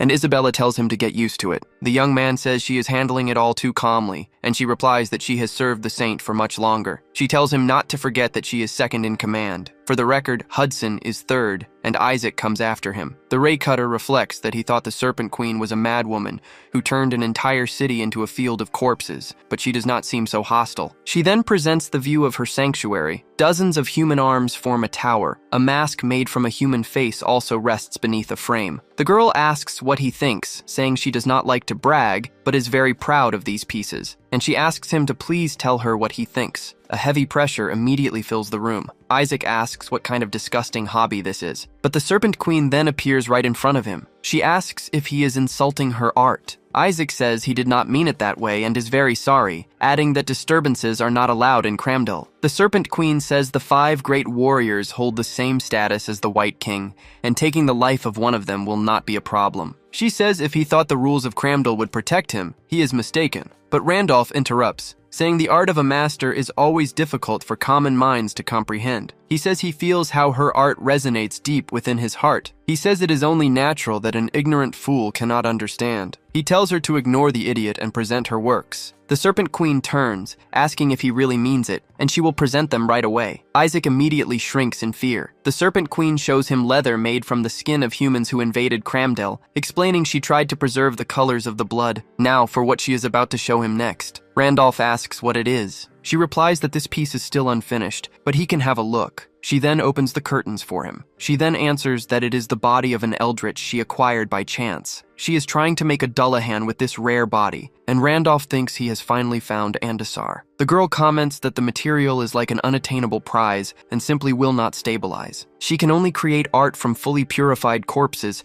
but for some reason its state of frenzy does not disappear. If she even tries to work on it, the energy spirals out of control like this. That is why she calls it an unattainable prize, and wonders what good a material she cannot use is. Randolph asks if she could give it to him, since she is not going to use it. She says that if he can handle a corpse that even she could not manage, she would give it to him gladly, so the protagonist moves his hand. He thinks that the reason the Serpent Queen could not stabilize it is because Andasar is no ordinary corpse. She is an anomaly, something between human and monster. The evil deeds she committed as an eldritch must have accumulated as suppression when she returned to her human form. When a humanoid character accumulates suppression, they enter a state of frenzy. In other words, the effect on her will only end if the suppression is reduced. So he says that he absolves the sins of Andasar. This can be reduced with an indulgence. The suppression bar empties and the state is removed. The Serpent Queen thinks that she knew he was no ordinary man and wonders how he can purify a material that even she could not. not. She wonders if he not only has artistic vision, but also the skill of creation. The Queen of the Lifeless has always been lonely, as her art is so profound that no one can understand it. Brilliant critics sometimes appear, but that is all, and they cannot alleviate her profound loneliness. Critics cannot share in her anguish, nor in the joy of creation. The thought that she would never share her world was terrifying for the queen. The crow before her is the only one of his kind, and she questions why he has appeared only now. Randolph obtains a part of Andasar's body, and he looks at the Serpent Queen, not understanding what she means. It has been a month since monsters invaded the Earth and dimensional warriors emerged. In that time, a massive forum appeared and reached 1 billion views. Dimensional warriors spend their time answering posts. They share detailed guides on how to deal with future threats and what to do when monsters appear. As a result, it reached the point where world governments began to recommend the community. Faced with the fear of the unknown, the information there became their only hope, a true survival guide. And the owner of this forum is treated almost like a religious figure, the Master. He is active even before the first invasion, then recruits countless warriors and, thanks to this, builds the largest player faction. With this power, he negotiates directly with political leaders and major corporations around the world, an astute man who expands the community. Amidst the many chairs of the council, the god of war, Master, is also one of the 8 heroes. Black Star, the Lightning Emperor, asks if Gracia has not returned. The Nine-Tailed Fox says they did not come to America for nothing. Banhee tells them not to worry about her, since it is not the first time she has disappeared without warning. Lucifer says the important thing now is the Randolph they suspect is Wilhelm, who has messed up the rankings again. Maxime questions if they are just going to let him do whatever he wants. Master replies that sooner or later they will deal with him, but first of all, they need to prepare for the true invasion that is about to begin. If the previous invasions were just scouts from another dimension, the moment the dimensional rift opens, the real war will begin. When that happens, people will realize that neither the police nor the army can protect them, and that the only ones who can save them are the players. From now on, people will not follow corporations or governments, but the players. Soon, the world will change. The collapse is at 9.1%, and when it reaches 10%, the first wall will break. Back in the castle, the Serpent Queen asks what kind of magic he used, and Randolph thinks that, unlike humans, monsters do not enter a frenzy. It makes sense. If a monster commits atrocities, its reputation increases, so there is no reason for a frenzy. He says that asking about techniques is taboo among martial artists, but he will consider her case. The Serpent Queen asks him to think it over carefully. The protagonist says that, as promised, he will take this work of art with him, but he wants to know where the head is, as he is supposed to return the complete body. He asks where the head is, since an artist would not carelessly discard such precious material. The queen says she wanted the complete piece, but had no choice. When she found the body, the head was already gone. She followed the energy trail to the basement of Cramdell, but gave up because it was impossible to enter. Randolph asks if it was impossible even for her, one of the pillars of Cramdell. The girl replies that no one on the continent is capable of subjugating them, except for the Star Guardians. But because of a non-aggression pact, they had no choice but to retreat. Randolph asks what they were doing there, and the girl replies that she does not know the details. But it seems Cramdell's special hot springs have some connection to the stars. However, a unique grade mystery covers the area like a veil, and not even they can get close to the star, so they just waited. As time passed, the gate of Cramdell fell under the control of the Star Guardians, and because of this, the White King was furious. But if the king is acting so cautiously, then the pact must be serious. She says it is a shame, but Randolph must forget about the head. Randolph questions if it is not that simple. It is an easy problem to solve if he just eliminates all of them. Thinking about it, he remembers the scene when he eliminated the worm mystery. He then tells her to inform the White King that he will eliminate the intruders in Cramdell. One day later, in the basement of Cramdell, the Star Guardian Dramut and the Phoenix stand there as a voice asks if it is true, and if he can really destroy that Veil Arcana. The voice asks how the Corpse Crow can do it, and if Dramut can stand by his words. If it is a lie, there will be severe consequences for him. A few hours earlier, at the central hot springs of Cramdell, Dramut says it is unbelievable. An ability to transform into a monster is incredible, and he wants to know if Randolph is even human. He also wants to know how Randolph knew he was there. Randolph says he heard some guardians were nearby and confirmed it with the administrators. Changing the subject, he asks if they gathered for the 33rd star, when there are only 32. Dramut says that is correct. There are 32 stars formed from the fragments of Leah's body, but they suspect this star belongs to Pina, the goddess of the sky. With the emergence of a 33rd star that did not exist before, the Guardians are taking turns to protect the place, and Randolph thinks she was the youngest of the goddesses. The current continent is the piece of land the goddess Pina raised to the heavens, and the original ground was consumed by the abyss. The theory was that the demon realm existed down there. Randolph asks if the goddess becoming a star means she lost her life, and Dramit says they gathered to confirm it. But they are having difficulties because a unique grade arcana blocks the path like a veil. Randolph says that is why he came to him, since he will deal with this arcana for them. Dramut says an arcana is practically truth itself, and it is impossible for anyone to destroy such a thing. He laughs, but then looks at the protagonist's serious face. He questions if he is actually being serious. Back in the present, he thinks that he also finds it hard to believe. But Randolph is not the type of person to bluff without reason. The Guardian asks why he would help even if it is true, and Randolph replies that he has something he needs to find, so everyone wins in the end. That Guardian says it was all right, but he wants to know why the others came here as well, thinking he had warned them not to approach the star, with the White King sitting there in front. He tells him to relax, as they will not get any closer, and only came to watch since his guests could not solve it, and the newest pillar will take care of it. The Guardian calls him a miserable hyena. He glares with contempt as he releases an energy. Randolph thinks this has already turned into a mess anyway, and it is a pain, because it would be better to just get this over with and send everyone away. So he touches the wall of the arcana. He reflects that it truly is a mystery. If what is blocking the path is an arcana, its grade does not matter. It will not be a problem. But the system says that destroying the first wall will start the main quest. Randolph thinks this is making him suspicious, but now there is no turning back. The barrier then begins to crack. It fragments more and more. The Tiger King is surprised and says this is interesting, and the Guardian turns, thinking the same thing. Everything becomes mere shards before the flying protagonist.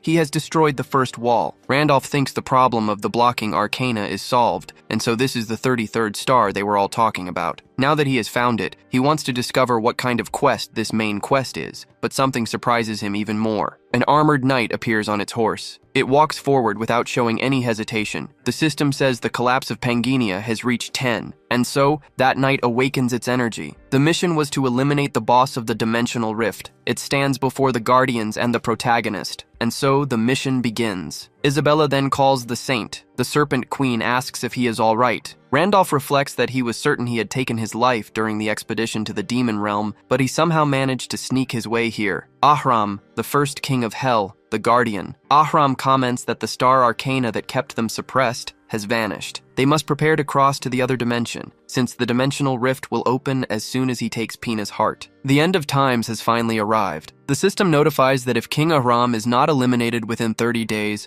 all rifts will open and ruin will appear. The people of planet Earth look to the sky, wondering what that is, and what is going to happen. A secretary shouts to the master that the collapse rate has finally reached 10%, and it seems the first rift is about to open. He pleads for him to give the orders, but the master says there is no reason to rush. It is impossible for a demon king to appear in the very first rift, so their preparations are more than enough. Not until this city drowns in tears of blood. And when they beg for the players to save them, that will be the moment they spring into action. The world will belong to the players, but the system notifies that the mission is already in progress, with its progress increasing every second. The master thinks that the rift has not even opened yet, but a raid is already underway, and he wants to know what the hell is happening. Back in Pangania, the progress is at 17% as Aram is struck by the Guardian of the Stars once again. Ahram says this is impossible, and questions how he could be defeated so easily. To be so powerless, his reign of chaos is already over. In Pangania, there are 3 beings widely known as the strongest: the Demon King, the White King, and Wilhelm, and there are even jokes that only these 3 could take each other's lives. However, this premise is limited to the existing races in Pangania,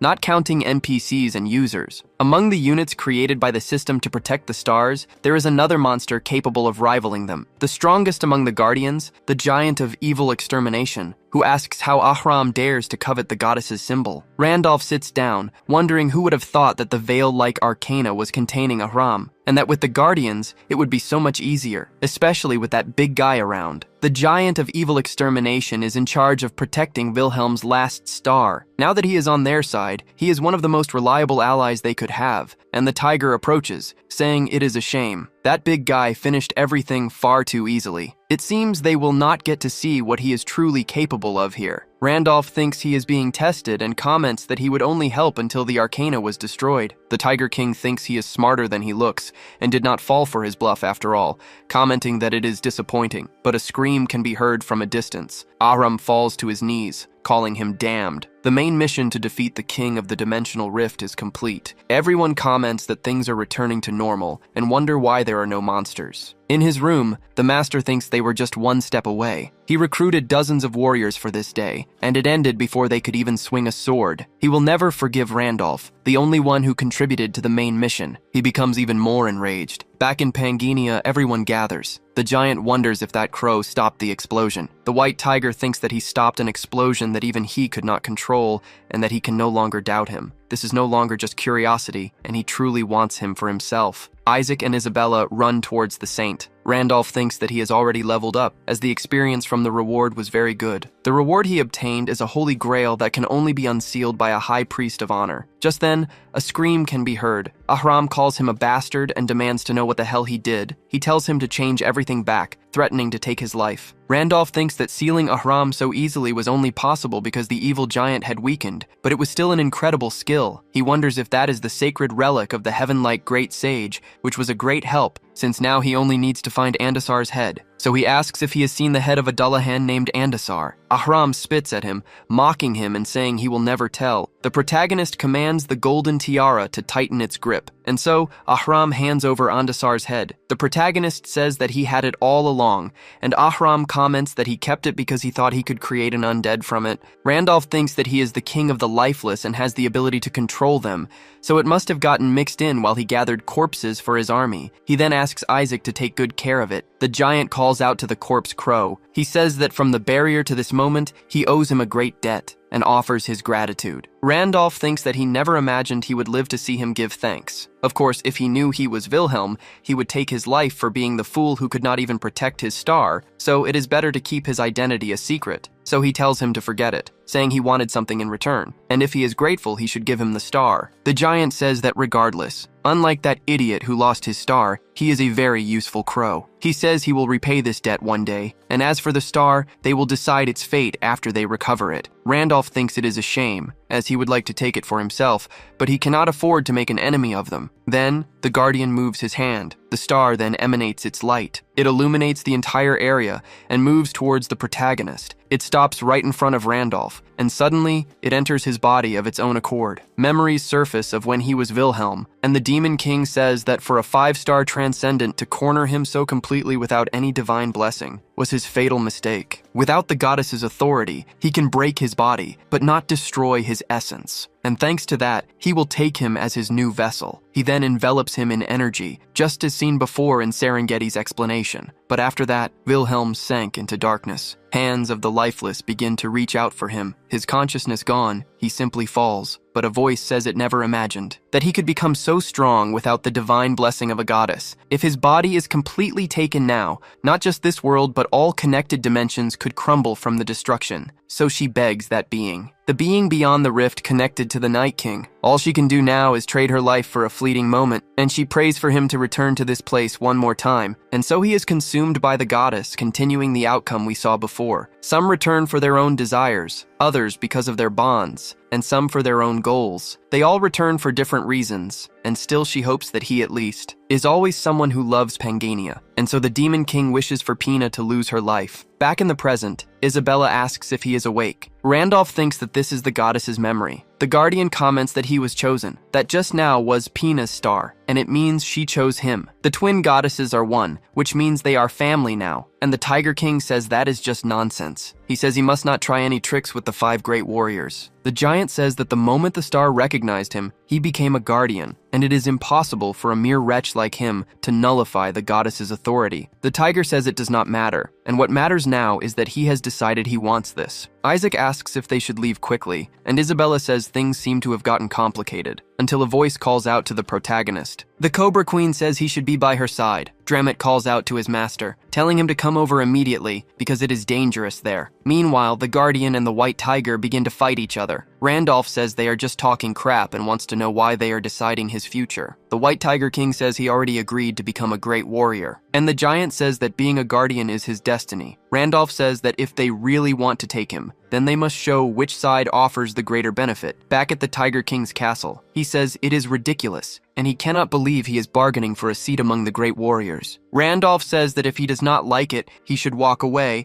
and the Tiger King tells him to come back, saying that is not what he meant. He then asks if he is satisfied with the Star Guardian's proposal, and the protagonist says it was reasonable. They decided to grant him a title. Randolph thinks that is not bad at all, and if he gets a title, it will be easier to earn stars. The tiger says that was a pathetic reward just like them, and that he is different from those cheapskates. If he joins him, he will receive a city anywhere he desires. Of course, cities in the Arthon Empire or those protected by the Black King are off the table. Randolph realizes this means he would give him any city outside of those two places, even if it had to be conquered by force. Despite losing the power struggle to the White King, the Black King rules the south, and beyond him is Arhon, the only empire on the continent. Besides those two, no faction can resist an invasion from these monsters, and if he makes his decision now, he can wield their power in any city he chooses. It is an exceptional offer, which means he is recognized to that extent. But on the other hand, it also means he is considered a threat of that same level, and that the king will not hand him over to anyone. He then cracks a smile,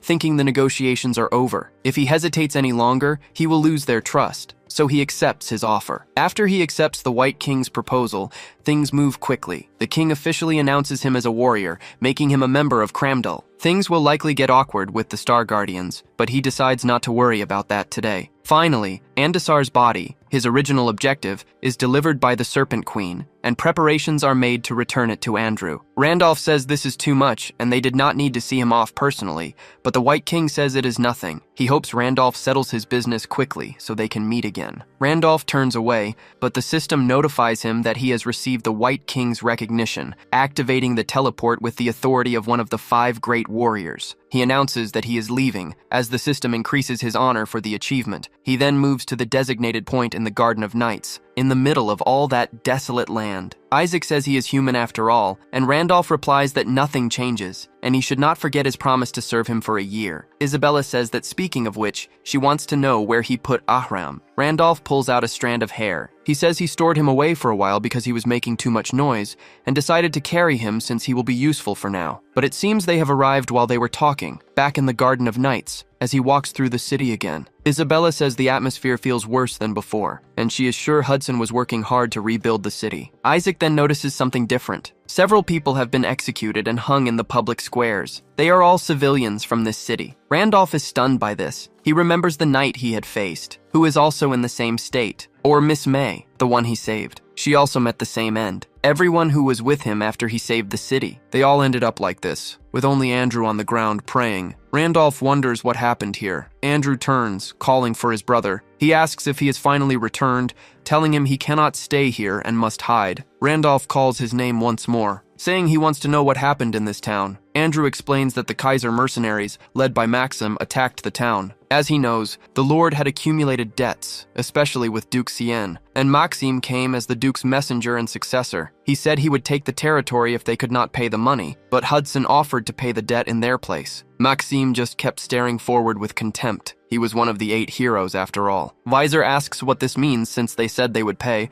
but Maxim asks what he is talking about. The person Duke Cien lent the money to was the Lord, not the merchant, so he still has not received his money back. Hudson asks how he can say something so absurd. Visor realizes that his goal from the very beginning was to take the territory, so he puts his hand on his sword, telling him to get his filthy ass out of there. All the knights draw their swords, and he says this is a monument dedicated to the heroes who gave their lives to protect their loved ones. A monument for heroes, not something he can just touch however he pleases. Maxim says that is strange, and asks if there have always been so many heroes. As far as he knows, there are no heroes outside of the 8. Then he releases his energy. Back in the present, Andrew says that before he even knew what was happening, the battle was already over. Although the knights and townspeople fought with all their might, they were no match. After it was all over, he heard that the only reason there was no loss of life was thanks to Mr. Hudson, who knelt before Maxim, saying that if it is money they want, he will pay, but asks them to stop. Maxim asks what has gotten into him, since he already said his duke does not need money. Hudson says that is not what he meant, and that he will double the principal amount as long as he is given 30 more days. Maxim is surprised by this and says it sounds tempting, but he calls him an idiot, since he could just take everything anyway, and asks why he would accept. And if he does this, he doubts a piece of trash like him could resist. Maxim asks if he feels like handing over the money now. Hudson says he's getting it wrong. He is a merchant. There are times he pays for a deal, but he would rather lose his life than simply hand over his money for free. Just 30 days for their lord to return. For 30 days, no one will lay a finger on anyone, not even on Sarah Genti. That is his only condition for the deal. Andrew says his brother must tell him if they truly are heroes who dedicated themselves to the continent and to humanity, but Randolph is consumed by rage. The star inside him shines even brighter, making his heart pound with so much rage. The heart of the Iron Monarch allows the emotion of wrath to persist, as it is a matter worthy of a monarch's fury. The mission of the iron-blooded monarch begins, in front of a gigantic castle. A mercenary comments that he is incredibly bored, and his colleague replies that they are stuck here for a whole month because of the captain. It is orders, but maybe they will get a reward later. Then he notices something. Randolph approaches them alone. The guards wonder what that is. One orders him to stop, demanding to know who he is, since he does not look like he is from the city, and no resident would be crazy enough to walk near them. He asks why he is snooping around. Randolph simply asks where Maxim is. The mercenary asks if the captain is his friend, adding that he must have a death wish to speak of him that way. But his neck is struck before he can finish the sentence. He begs for help, but Randolph does not stop. His colleague shouts, asking if he has any idea who they are. Randolph says he will ask one last time where Maxim is. The mercenaries begin to gather outside now that the first guards have been eliminated. They shout for everyone to get there as he is on the first floor, and that they must take his life at once. Randolph draws his sword as he advances. He takes the life of every man in his path. He finishes off a bald man without taking a single hit. Then he easily lands a punch to his face. The soldiers keep advancing on him, but they all fall before him, unable to resist. Randolph continues on his way after taking all their lives. His face remains a serious mask of anger. He reaches the second floor of the castle. He looks at the room before him. Meanwhile, a few bandits lurk behind him. Finally, he crosses the room. A bandit tries to strike with his axe, but he is cut down in a fraction of a second. He is thrown aside, leaving only one more. Terrified, he too is struck by the sword. One of the mercenaries is stunned by all of this. He begs to be spared and screams his captain's name, but Randolph takes his life before he can finish, until Maxim appears behind him. He attempts a slash, but Randolph dodges it. He then grabs him by the shirt and slams Maxim into the ground with force. Randolph points his sword at him, plunging it into his mouth once more. The scene is bathed in blood, but Maxim is still alive,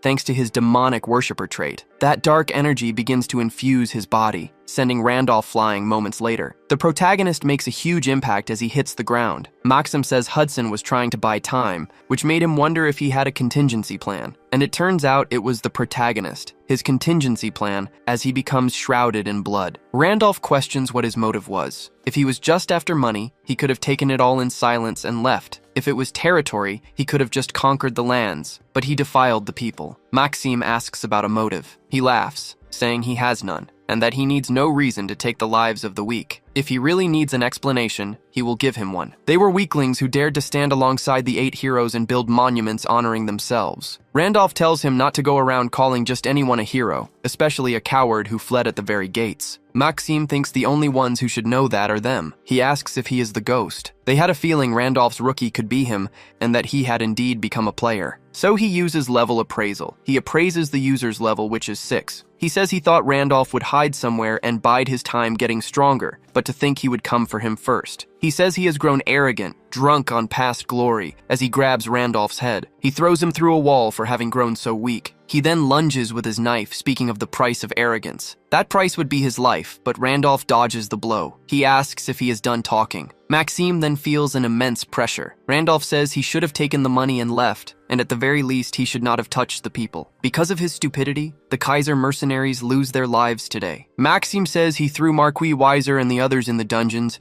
and they might just drop dead before Randolph can finish him off. But Randolph says that will not happen. Weiser is looking out the window. Randolph explains that he sent trustworthy people there. He then activates Star Pierce, which will circulate through his body for 70 seconds, and tells Maxime, the fugitive, that this time he will not be able to escape. He was an ordinary human being. Not brilliant, but he never wanted for anything. Perfectly average. He was simply born, he worked, and he carried on that way. And even if he lost his life and vanished, he was such an ordinary human being that it would make no difference at all. And that fact did not change inside the game. Then one day, he became a player. Maxime wonders what this is. There was no way an ordinary human like him could enter the game and get involved in battles, much less complete main quests, while he hid in this world, unable to log out. That thing appeared before him, a demon, a race that exists only in the lore of Pangania, a class unobtainable by users, a stroke of luck that only one player could possess. The day he seized that opportunity, he became special and earned his fortune, until Wilhelm asks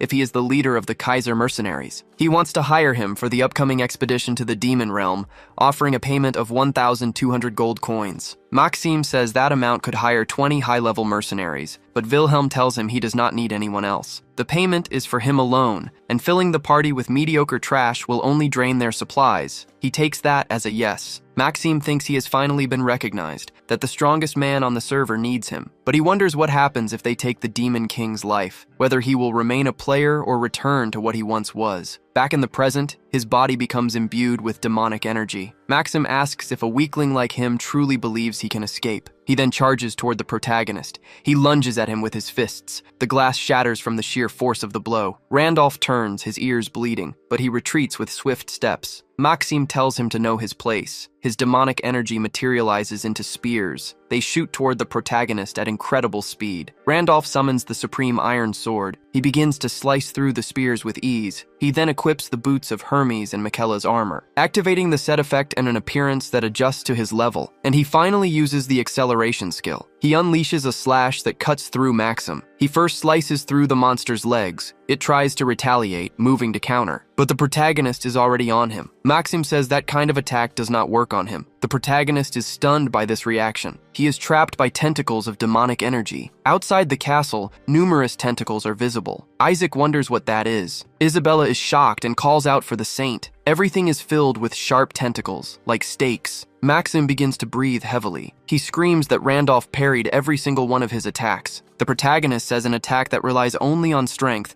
with no feints to create openings or precision to hit blind spots, will not work. Maxim charges forward, telling him to shut his mouth, saying he was just busy running away from him like a fly. Randolph says he just was not sure if he could end it yet, and did not think his level was so low. He pulls Maxim's head back, asking if he has ever fought someone on his level. Maxim tells him not to speak with such arrogance, insisting he is not inferior even to those guys. But the protagonist says he is weak and advances once more, cutting him in two, and then again and again, relentlessly. He continues until only a small piece is left. Maxim is stunned by this. The protagonist says he has found the demonic heart. Maxim thinks that he needs to recover his body right away, but Randolph impales it on his sword, asking if this is all he got for selling his soul to the devil. Maxim begs him to wait, admitting that he is lost. He apologizes for what happened during the expedition, saying he only did it because he was afraid of losing this power. He says that if Randolph spent so much time on a hopeless game like this, he must have been a nobody in reality, so he should understand how he feels. Randolph says he has gone too far to be forgiven, and that he has taken too many lives. Maxime argues they were just NPCs, not even players. Randolph says they were just like them. They feel pain and sadness just the same. As the two who entered this world as players, they both know they are no longer just NPCs. It is time for Maxim to pay for his crimes. The system warns that his abilities will disappear if the demonic heart breaks, and he does not want to go back to being an insect. But he is finished off by the protagonist. An immense pain fills his eyes, but he is simply split in half. The protagonist earns the Demon Hunter achievement and loots the scale fragment from him. The Iron Blood Monarch trait evolves into the heart of the Eternal Monarch, and the mission is complete.